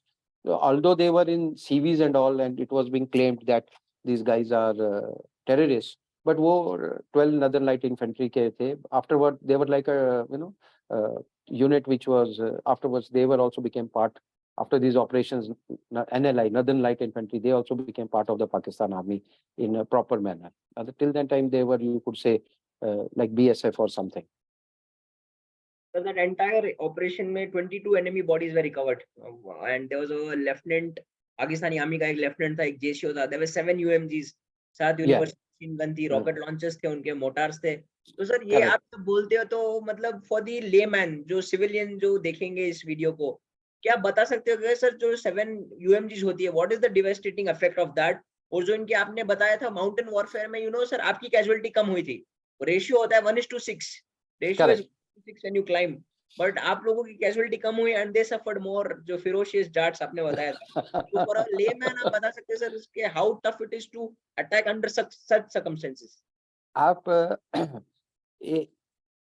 किसी भी rocket का, किसी भी गोली का एक propellant होता है, 10 grams, 5 grams, 20 grams. First I'm saying it can travel to certain distance. After that it will fall down because of gravity. But mountain में क्या है कि it will keep traveling because even if the propellant finishes, the trajectory will keep taking it down. So that bullet will keep moving as it is. That is one. Second is एक ना volume of fire जो universal machine gun is, आपने जो movie देखी होंगी जिसमें चाहे आप सिल्वेस्टर स्टैलोन देखिए या टर्मिनेटर सीरीज इंग्लिश मूवीज देखिए, और या हेलीकॉप्टर्स के ऊपर मशीन गन लगी हुई है फायर कर रही है, इतना हैवी वॉल्यूम ऑफ फायर बोलते हैं. And this automatic weapons is something call it, they have an, they don't go pin point, they are area weapons. तो वो एक बिल्कुल रिंग ऑफ फायर बना देती हैं. और अगर 6-7 एक जगह से आ रही हैं तो लिखिए it will be a curtain of bullets which is falling coming across to you. तो बचना उससे बहुत ही मुश्किल रहता है. एंड दुश्मन जब लड़ने के लिए आता है किसी भी मैदान में, चाहे स्पोर्ट्स के फील्ड में हो, चाहे आपका ओपोनेंट हो, चाहे किसी भी, चाहे क्रिकेट का मैदान हो, चाहे बॉक्सिंग हो, वो तैयारी करके ही आता है. इस शुरू में वो हमसे ज्यादा तैयार थे, ज्यादा उनका था, लेकिन जो जज्बा था उसकी कमी थी. उनको कोई लेना देना नहीं था कि भाई अगर मस्को वैली अगर मिलेगी या नहीं मिलेगी, हमें कोई फर्क नहीं पड़ता. बट हमें ये फर्क पड़ता था क्योंकि ये हमारी मातृभूमि है, ये this is our land. How dare he come into my land. One. Second, हमारे जवानों को उसने कैसे इतनी हिम्मत कर ली कि इतनी हमारी कैजुअलिटी हो गई. उससे पहले 4 जाट के भी एपिसोड हो चुके थे. तो जब हम ये सारा का सारा कर रहे थे, पकड़ रहे थे, तो हमें ये था कि हम दुश्मन को जो है उसके इलाके में, अपने इलाके से निकाल खदेड़ फेंकेंगे, किक देम आउट. तो फायर का जो है आर्टी शेलिंग, जो मैंने कहा जो मेरे ऊपर खुद गिरी है बुलेट्स की, मैंने तो आपको अभी बात ही नहीं बताई. Again it is no greatness on my part, it is the God's grace, blessings of elders, good wishes of the people. And even I will like to share one more thing over here with you. This is a lesson which I have taken long back in my life. Ki in whenever you are in power, whenever you can do something good, you must do good. It is very easy to be harsh and this thing. For 2 years we were doing counterinsurgency operations. When you said ki what is the strength ki meri itni casualty kyun nahi hui या क्यों न हुई, not for that any other reason. Again I'm saying this is my thought process कि if you do good, your good karma will follow you. तो जब हम 2 साल उधर थे, मेरे जवानों को यही कहता था कि even we are doing counter insurgency, we are in a different area, we are being strict with the people, we are being strict, but we cannot be inhuman with them. We have to treat the elders with respect, the ladies with utmost respect.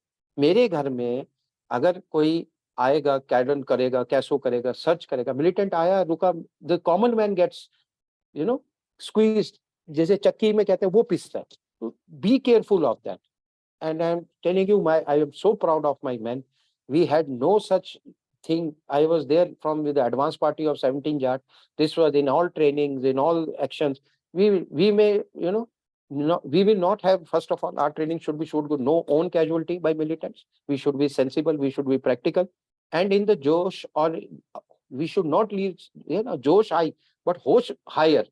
उसमें भी आपने अपनी गलती के कारण किसी को तंग नहीं करना. भाग जाएगा मिलिटेंट, कोई बात नहीं, मच्छी है पानी से कहाँ जाएगी, वापस आ जाएगी. तो बॉयज ने इस लेसन को रखा, हमने उसको फेयर किया. तो I can say apart from the good wishes of our elders, families, friends, we had not earned any negative, you can say, reviews or critical reviews from the people also. And this in my further life also, in more CI operations, nobody, we can do. The power of the gun or the power of your chair can make you or break you. So utilizing it properly. So the question is, all these men also, and afterwards I told them, and literally, like, what if I have survived? It is because of somebody's blessing. It's nothing because of me, my mother, my father, my parents, my guru, my friend, or the people. कि ठीक है, सख्त है, they are strict, but they are not inhuman. Strict is, we are doing a job. We have been tasked to do that. We will not falter and lose the sight of our mission. But at the same time, the factor of being humane cannot also be lost sight of. So I think that made a lot of difference to us. Say at times, and when the calling comes, I would not to say that X or Y or Z who died because of his bad karma. It is again, we are destined to have a certain breath at certain times, certain valor we have to do. अपना जो कर्म है वो करना है. The same question Lord Krishna answered for Arjun in his own way. But हमारा है कि हम अपना कर्म करेंगे. सब कोई शहादत तो हो गई. Without sacrifices, even in the families, the family doesn't sing. So 17 Jat as a family is because of the sacrifice and the blood of our soldiers and the Indian Army for that. Whether it is 13 Jackrave, whether it is GR, you take any unit for that matter. Everyone, each and every soldier has done his bit. Two Nagas afterwards, first Nagas, they went after we finished the attack, they went for further attacks when they went on. So I'm saying, एक बंदे ने किया. But at the same time, I very strongly, even today, believe right now that wherever one is in power, wherever, like today as a soldier, you are doing a good karma. You are bringing all of us together. It will, in its own way, have its very, very positive influence on you, your family, your environment all around you. Sir, Julie has a question for you, sir. Yeah, please. जय sir.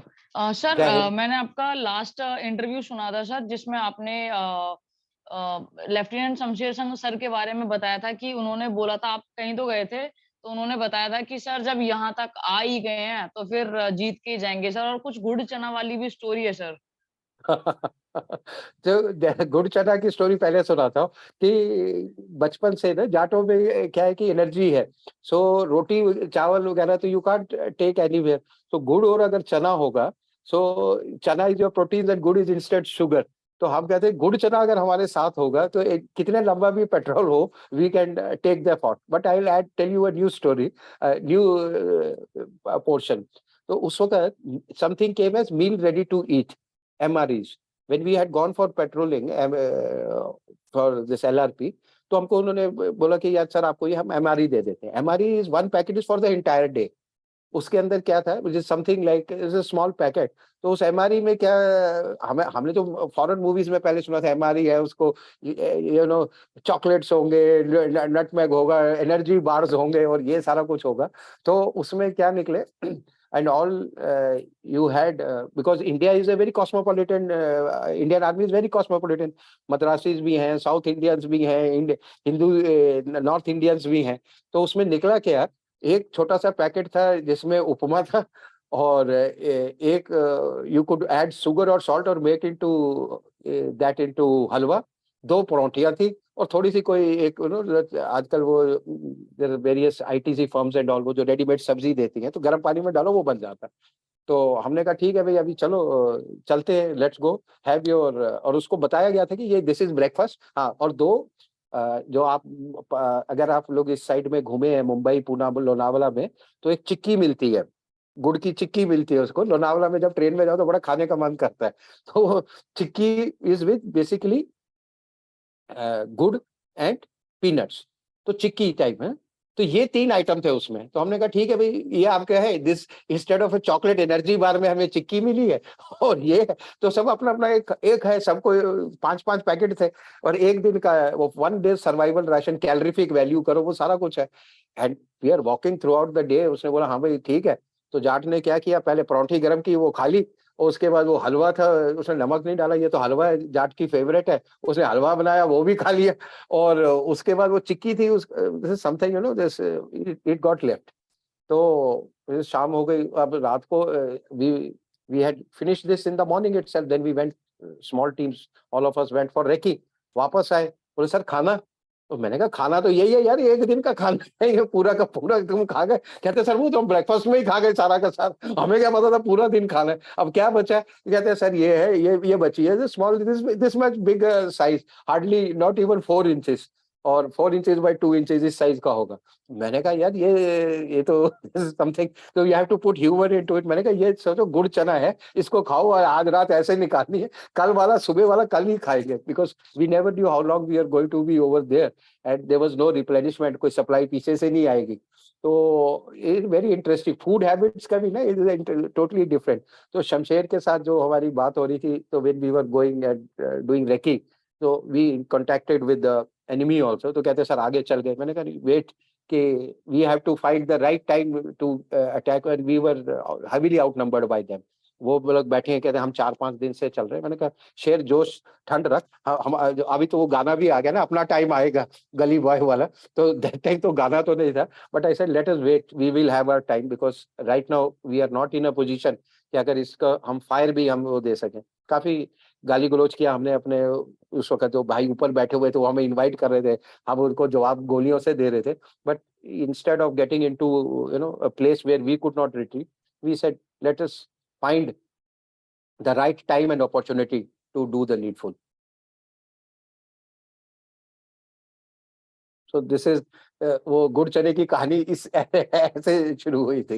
Actually हम लोग ये करते थे उसके अंदर, unit के अंदर भी, और कुछ पहले तो एक और आपको एनेक्डोट आर्मी का ही बताता हूँ। So when I joined at that time there is something called a stamina stick. Can you guess what is a stamina stick? अच्छा, गन्ना, सोचो। Sugar cane. ना ना ना तब जाटों की शुगर स्टिक होती थी। जाट हुक्का पीते हैं या बीड़ी पीते हैं, अब तो it is gone down tremendously. मेरे पास अपना हुक्का है, that is as a memento which is there with me. उस वक्त बीड़ी पीते थे। So love to smoke a lot, not cigarette but bidi. Ganesh छाप बीड़ी होती थी, एक 555 सर। बीड़ी, गणेश छाप बीड़ी। वो I am talking this about early 80s, जब मैंने ज्वाइन किया 87 88 90s में ना। तो आप even if you are running for a cross country, कहते सर जाट स्टेमिना बढ़ाने गया है, और be to have battle, you call battle physical battle proficiency efficiency test, BPETs.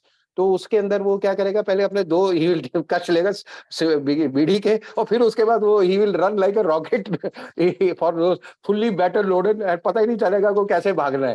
तो उस वक्त उसको स्टेमिना स्टिक बोलते हैं। Suddenly I find my best runners are gone, क्योंकि क्या हो रहा है, कहाँ गए? कहते सर वो स्टेमिना स्टिक इन प्रॉपर, सब स्टेमिना बढ़ा गया है। So when I found out कि what is the stamina, I that कि साहब आप भी चास लो। अरे चास ले, you also have a smoke. मैंने कहा नहीं कोई बात नहीं, my stamina stick is okay, CO has given me the bamboo, I will run as it is, don't worry. तो that was the story and anecdote of a stamina stick.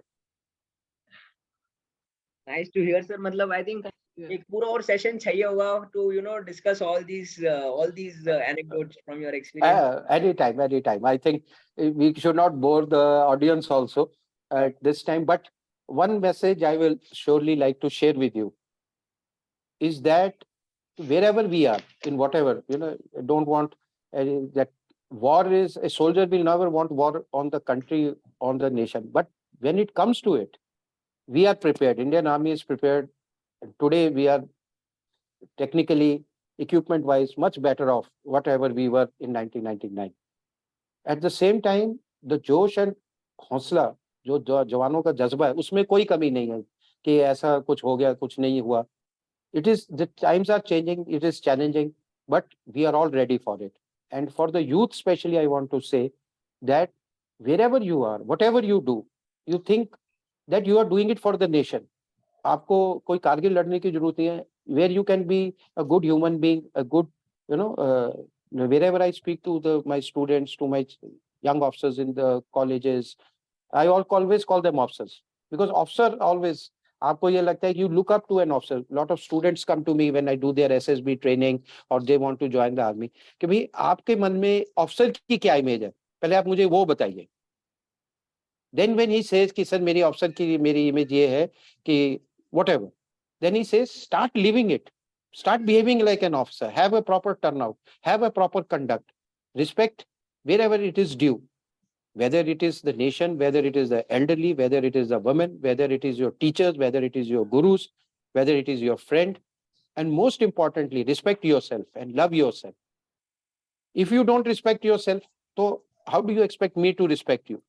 So this is how I start their session in, they want to join the army through SSB, short service, Air Force, Navy. Okay, first of all, imagine कि आप बनना क्या चाहते हैं? Who's your role model? When you have that vision clear, then I am 200% sure, not only 100% sure, whenever I talk to it, okay, we have done our bit. Abhi, it's our duty to help you to find your own answers.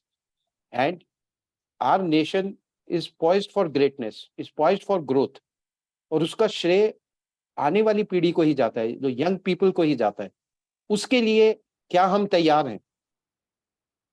So use technology, use your common sense even more. अब आजकल latest कई students बोलते हैं sir ये AI आ गया, मेरा काम आसान हो गया, चैट जीपीटी ये कर देगा. मैंने कहा ultimately it will give you an answer, it will create multiple options for you, but the choice will always be yours. And to take that choice you have to be better than chat GPT, right? Yes, sir. Anyone So any small query, anyone sir मेरी सबसे last में रहेगी, मैंने ना आपके interview में कई बार सुना है कि आप ना बहुत ज्यादा पढ़ते हैं, मतलब you read a lot sir. तो आपकी एक बुक भी है एनाटॉमी ऑफ फियर, जिसको आप बोलते हैं सर कि ये एनाटॉमी ऑफ करेज भी इसको बोल सकते हैं. तो सर ऐसे कुछ बुक्स जो यूथ को पढ़नी चाहिए या फिर एस्पिरेंट्स को पढ़नी चाहिए सर, वो एक तो मेरी लिस्ट में है सर, एनाटॉमी ऑफ फियर जो आपने बताई थी अपने लास्ट इंटरव्यू में. I don't know okay. Sir वो लास्ट था या क्या था, वो मैंने यूट्यूब पे कहीं देखा था. No worries. जी sir. See, reading is always, it's a growth process, right? हमें जैसे आदत पड़ी, I started with comics. हमारे टाइम में हिंदी की कॉमिक्स बहुत आती थी, चाचा चौधरी, साबू. फिर बुक्स पढ़ने की आदत हुई, नॉवल पढ़ने की आदत हुई.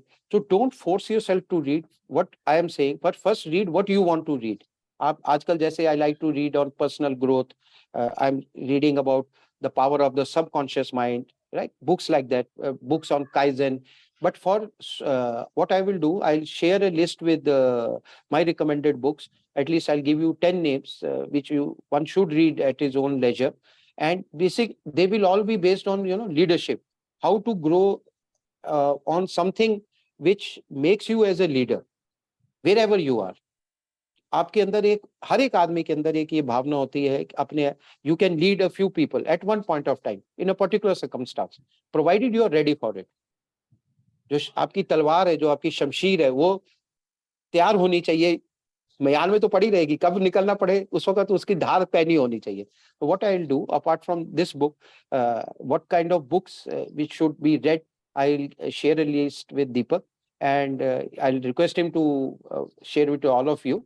And in that bargain, but offhand, which I say, if you are talking about leadership in the military style, there is a good book called Follow Me, written by a American general. Follow Me. It has 2 series, 1 and 2, and you will see that actually all leadership principles developed from a period of stress and strain of wars only, right?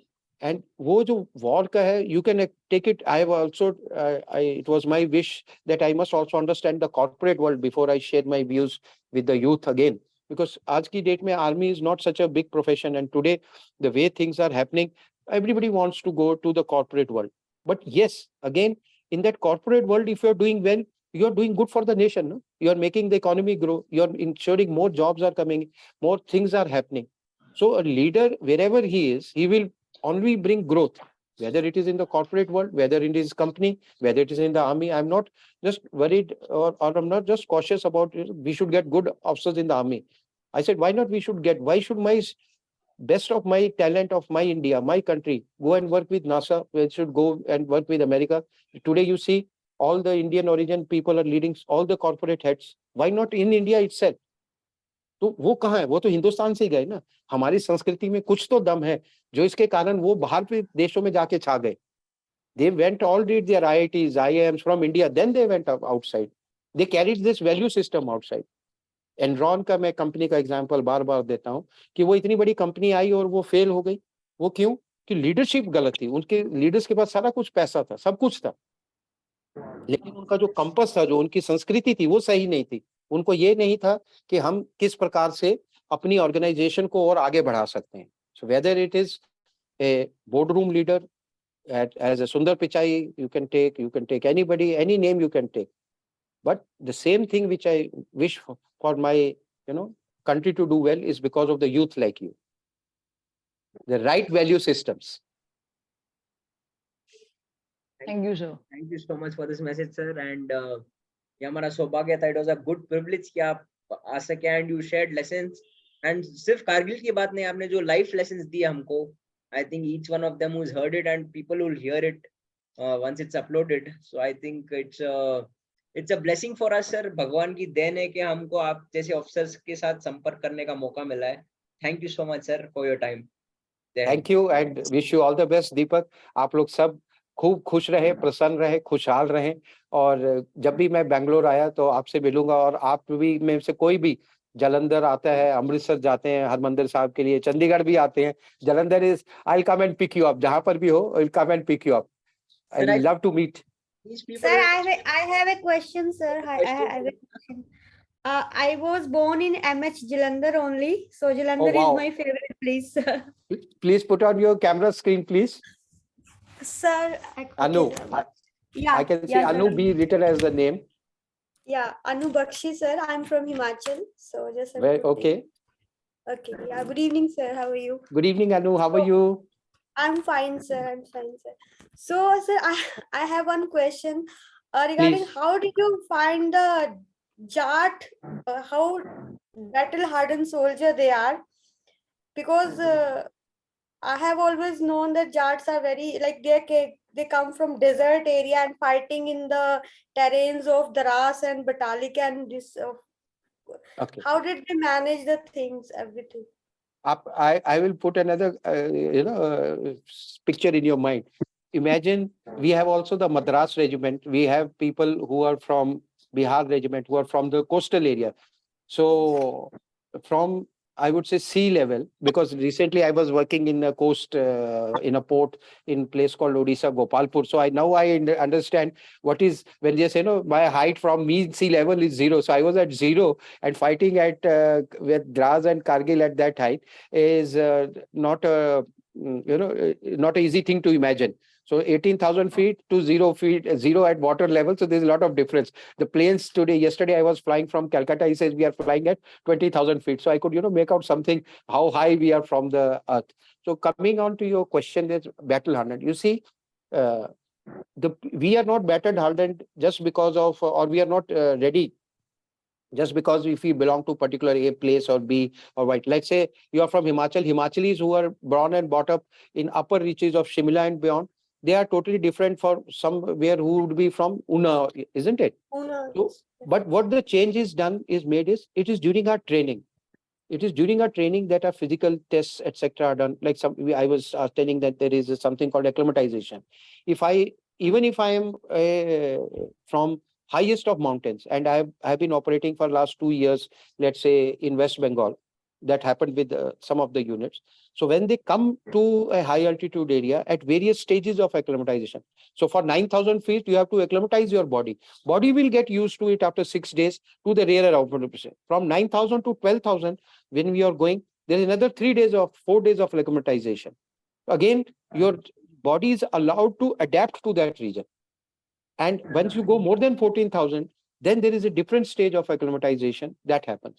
So Jats, and you rest assured, beta, that whether it is Jats, and now I have also got young ladies who have come to the army, they are much hardier, they are much strong. And last 2 times in OTA, the best officer cadet banner has been won by a lady. So, physically, again, as I said, I always believe between your 2 ears is the strongest muscle. So if you're convinced that you can do it, you will do it. Sir, I have one more question about Captain Sashi Bhushan Gildyal. He was the artillery officer of 17 Jat. Yesterday, I wrote an article about him. Oh, very nice. He's now a brigadier, serving brigadier, I think so. And correct, he's a serving brigadier. Yeah. So we have a message for him. If we will write to Deepak, and please pass on to him. Yes, I am in touch with Thank him. you. I will surely convey the message. And a very fine young officer again, younger than Anuj also at that time, and he was with me in the attack. He was Yeah. like I said, my battery commander was Major Rajinder Kumar. There is something called forward observation officer. So battery commander sits lower, and the forward observation officer goes with me in the attack, right onto the top of the hill and of the mountain. So Shashi was there with me in that entire 4 days, and he, in a very fantastic and a fine manner, an example of a very good young leader, and today he deservingly one of the brigadiers commanding a formation in the northern sector, doing very well and professionally very sound, a good human I being. think he was leading C company and you were leading D company. Yeah, Delta no, company and he, as I said, his role was as a artillery officer to bring the fire of the Bofors, to bring the fire of the artillery guns. But in between, when we had nobody, he was standing over there as a pillar. When my officers had lost their lives, that is the time Shashi was handling over there. And for his valor at that particular time of leading the attack, right, you rightly said Charlie Company only. That is the Yes. time God was kind and he brought back the men, and he also is a Veer Chakra awardee of the nation. Very Because proud of him. day before night I read the article, and yesterday I wrote a whole article about him. Oh, very good. You must share So it with me. I will love to read it. yeah, sure, sir. And sir, one more thing, like Captain Anuj has like inspired generations. Even yesterday it was his Balidan Divas. My 7-year-old child, he spoke about Captain Anuj. So Wow. how do you see Captain Anuj like after 24 years? If he would have alive, he would have in the 17 Jat, or he would have reached to certain rank or something like that. Yeah, obviously, with his, age, with his vigor, he was doing very well for courses, professionally very sound. He would also right now be serving brigadier, and he would be destined to become a general and greater ranks. So a very fine soldier.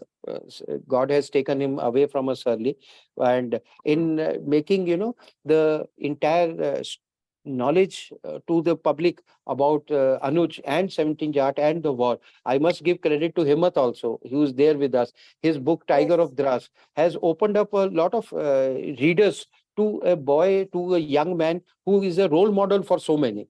So hats off to you, Himmat, too, that your efforts have borne fruit. And I am really, from the depth of my heart, very grateful to you for all the pains you took, for all the activities you did. And my apologies, I couldn't be there on the launch of the book. But yes, you have made the youth come closer to the army and come closer to Anuj and 17 Jat. So he had alive the 17 Jat and Captain Anuj in the hearts of young Yes, people and correct. generations. Because Yes, writing a book is not so easy for him, especially for a mother, because yes, she has to go to certain like it was very challenging for her also, correct. like as mother. But Mm, he has done a fabulous job, and book is written so fantastically. I correct. just Yeah, love book. yeah, right. Thank you, So would Anu. like to add on to Thank you something? so much, sir. Thank you so much for your service to the nation, and thank you so much for everything you did for us. God bless you all. हिम्मत Thank sir you so much. Add करना है हिम्मत sir closing कुछ So yes. I mean, I was actually very attentively listening to it. I mean,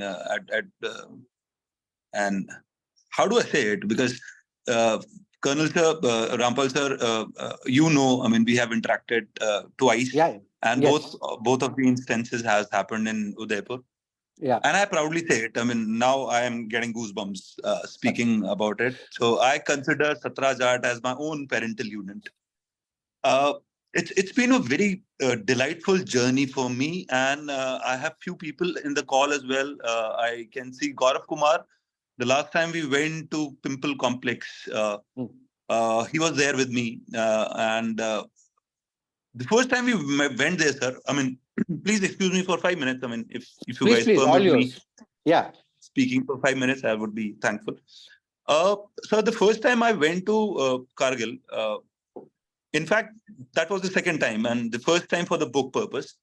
I stood there. I stood underneath the pimple complex when once you can see the veil back, and of course the pimple 1 and 2 you cannot see, you can only visualize because they are further on the height and stuff. I cried a lot, sir. And believe me, I can narrate an instance to you. We were there. Karan Nayyar, the younger brother of Captain Anuj Nayyar, was there with us, and I insisted him to, go there and see what his brother, what the troops, what Satra Jat has done for the nation. It is very imperative to know the place, right?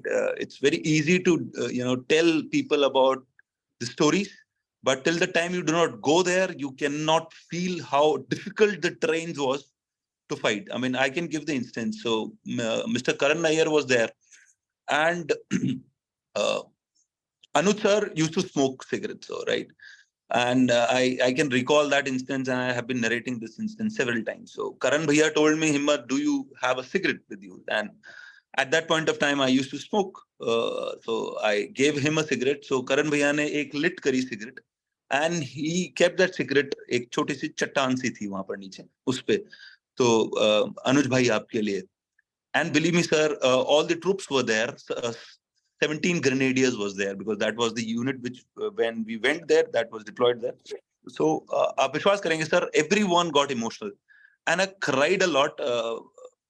आप यानी पता नहीं, मैं बता नहीं पा रहा हूँ. इतनी difficult terrains है. आपने कैसे लड़ाई लड़ी होगी in the night? I mean, it's very very hard to even imagine. मैंने कोशिश करी सर थोड़े चढ़ने की उस पे, जो वो नाला है उससे ऊपर, जो साइड से पानी निकलता है वहां से ऊपर चढ़े. मान सिंह साहब मेरे साथ में थे. नाउ सूबेदार मान सिंह साहब, 17 जाट में. उस टाइम तो वो सिपाही रहे होंगे. तो वो ऊपर चढ़े सर. थोड़ा सा ऊपर चढ़ रहे थे, पत्थर निकल के गिर रहे थे. इमेजिन, हम डे लाइट पे हैं, देयर इज नो डेंजर, कोई नहीं ऊपर जो हमें गोली मारने वाला है, बट हमसे चढ़ा नहीं जा रहा था. थोड़ा सा ऊपर चढ़ रहे थे, पत्थर निकल रहे थे. आप सोचिए, and it is for everyone just to understand how difficult the war had been. It is said to be the most difficult mountain warfare ever fought in the history of not only India, worldwide. So hats off to you. We are indebted, and we will forever in our life. It's not only about Captain Anuj Nayyar. It is not about Major Deepak Rampal. It is about all men who have fought for us. I mean, we are so very proud. We are so very happy, sir.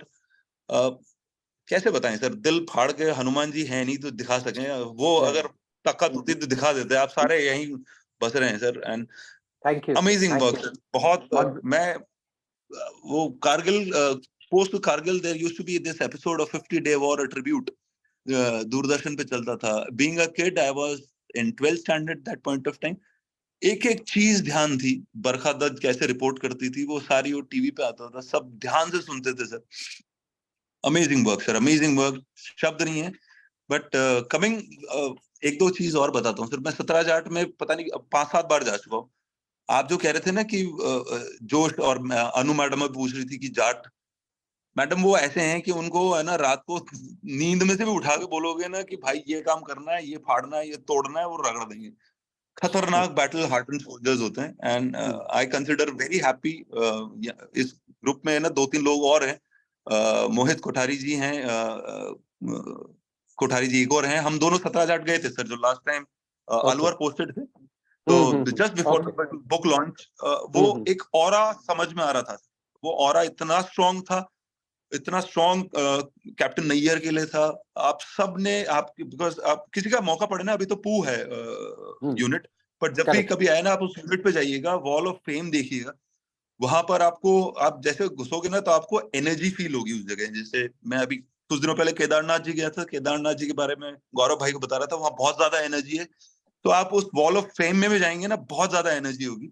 अभी recently sir हमने we went two unit, और हमने सोचा था कुछ देंगे unit को, because now वो लास्ट टाइम था. उसके बाद में पूछ आएगी, फिर आगे पता नहीं और कहाँ जाएंगे. तो मिलना बहुत मुश्किल हो जाता है. बट बिकॉज राजस्थान में थी, वी वेंट देयर. तो हमने एक राजस्थान की स्वॉर्ड प्रेजेंट करी थी 17 जाट को. Very nice. उसका रिजेम्बलेंस, इसका इम्पोर्टेंस सिंपल सा इतना था कि वो जितनी वो पहनी वो तलवार की धार है उतना ही पहना सर मेरे एक एक सोल्जर की ताकत है उतना ही पहना, उसका जोश है, उसका जज्बा है, उसका जुनून है। तो बहुत बहुत धन्यवाद सर, मेरे पास में और वर्ड्स नहीं है। आई am so sorry but I am very very happy कि मेरे को डेस्टिनी ने चुना कि मैं 17 जाट के बारे में कुछ छोटा मोटा जो भी मैंने हिम्मत करी है वो कर पाया। और बुक भगवान की कृपा से बेस्ट सेलर रह चुकी है। People have read, we have, I mean, there are good 30,000 plus copies which have been sold of Tiger of Dras, which is very, very happy moment for us. बहुत अच्छा है, हिंदी भी आ गई है तो बहुत अच्छा चीज है। बट ये मेरे को बुक अभी भी बहुत कम लगती है, 17 जाट का जो हिस्ट्री है उसको लेकर ये कुछ पन्नों में ही कवर हो पाई। अगर मौका पड़ेगा तो इसको और इलेबोरेट करेंगे सर, वापस आपसे मिलेंगे, आपसे बहुत सारी बातें करनी है। ब्रिगेडियर शर्मा साहब से बात करनी है, आप सबसे वापस बात करनी है, वापस इसको और इलेबोरेट करना है। Thank you so much sir, thank you so much Deepak for this thing. मैंने पिछले कॉल में ज्यादा बात नहीं करी थी बट ये मैंने हक समझता हूँ 17 जाट बिल्कुल कॉल होगी तो बात करनी। और हिम्मत के साथ तो मेरा पर्सनल कनेक्ट है बना, और हम उदयपुर के ताऊ हैं तो ये तो बनता ही है। Done, thank you so much. Thank you sir. Thank you, sir. We'll end it here, sir. Thank you so much for your time, and it was a wonderful session, sir. Thank you so much. Jai Hind. Okay, जय Hind. Thank you, sir. Jai Hind. Thank you.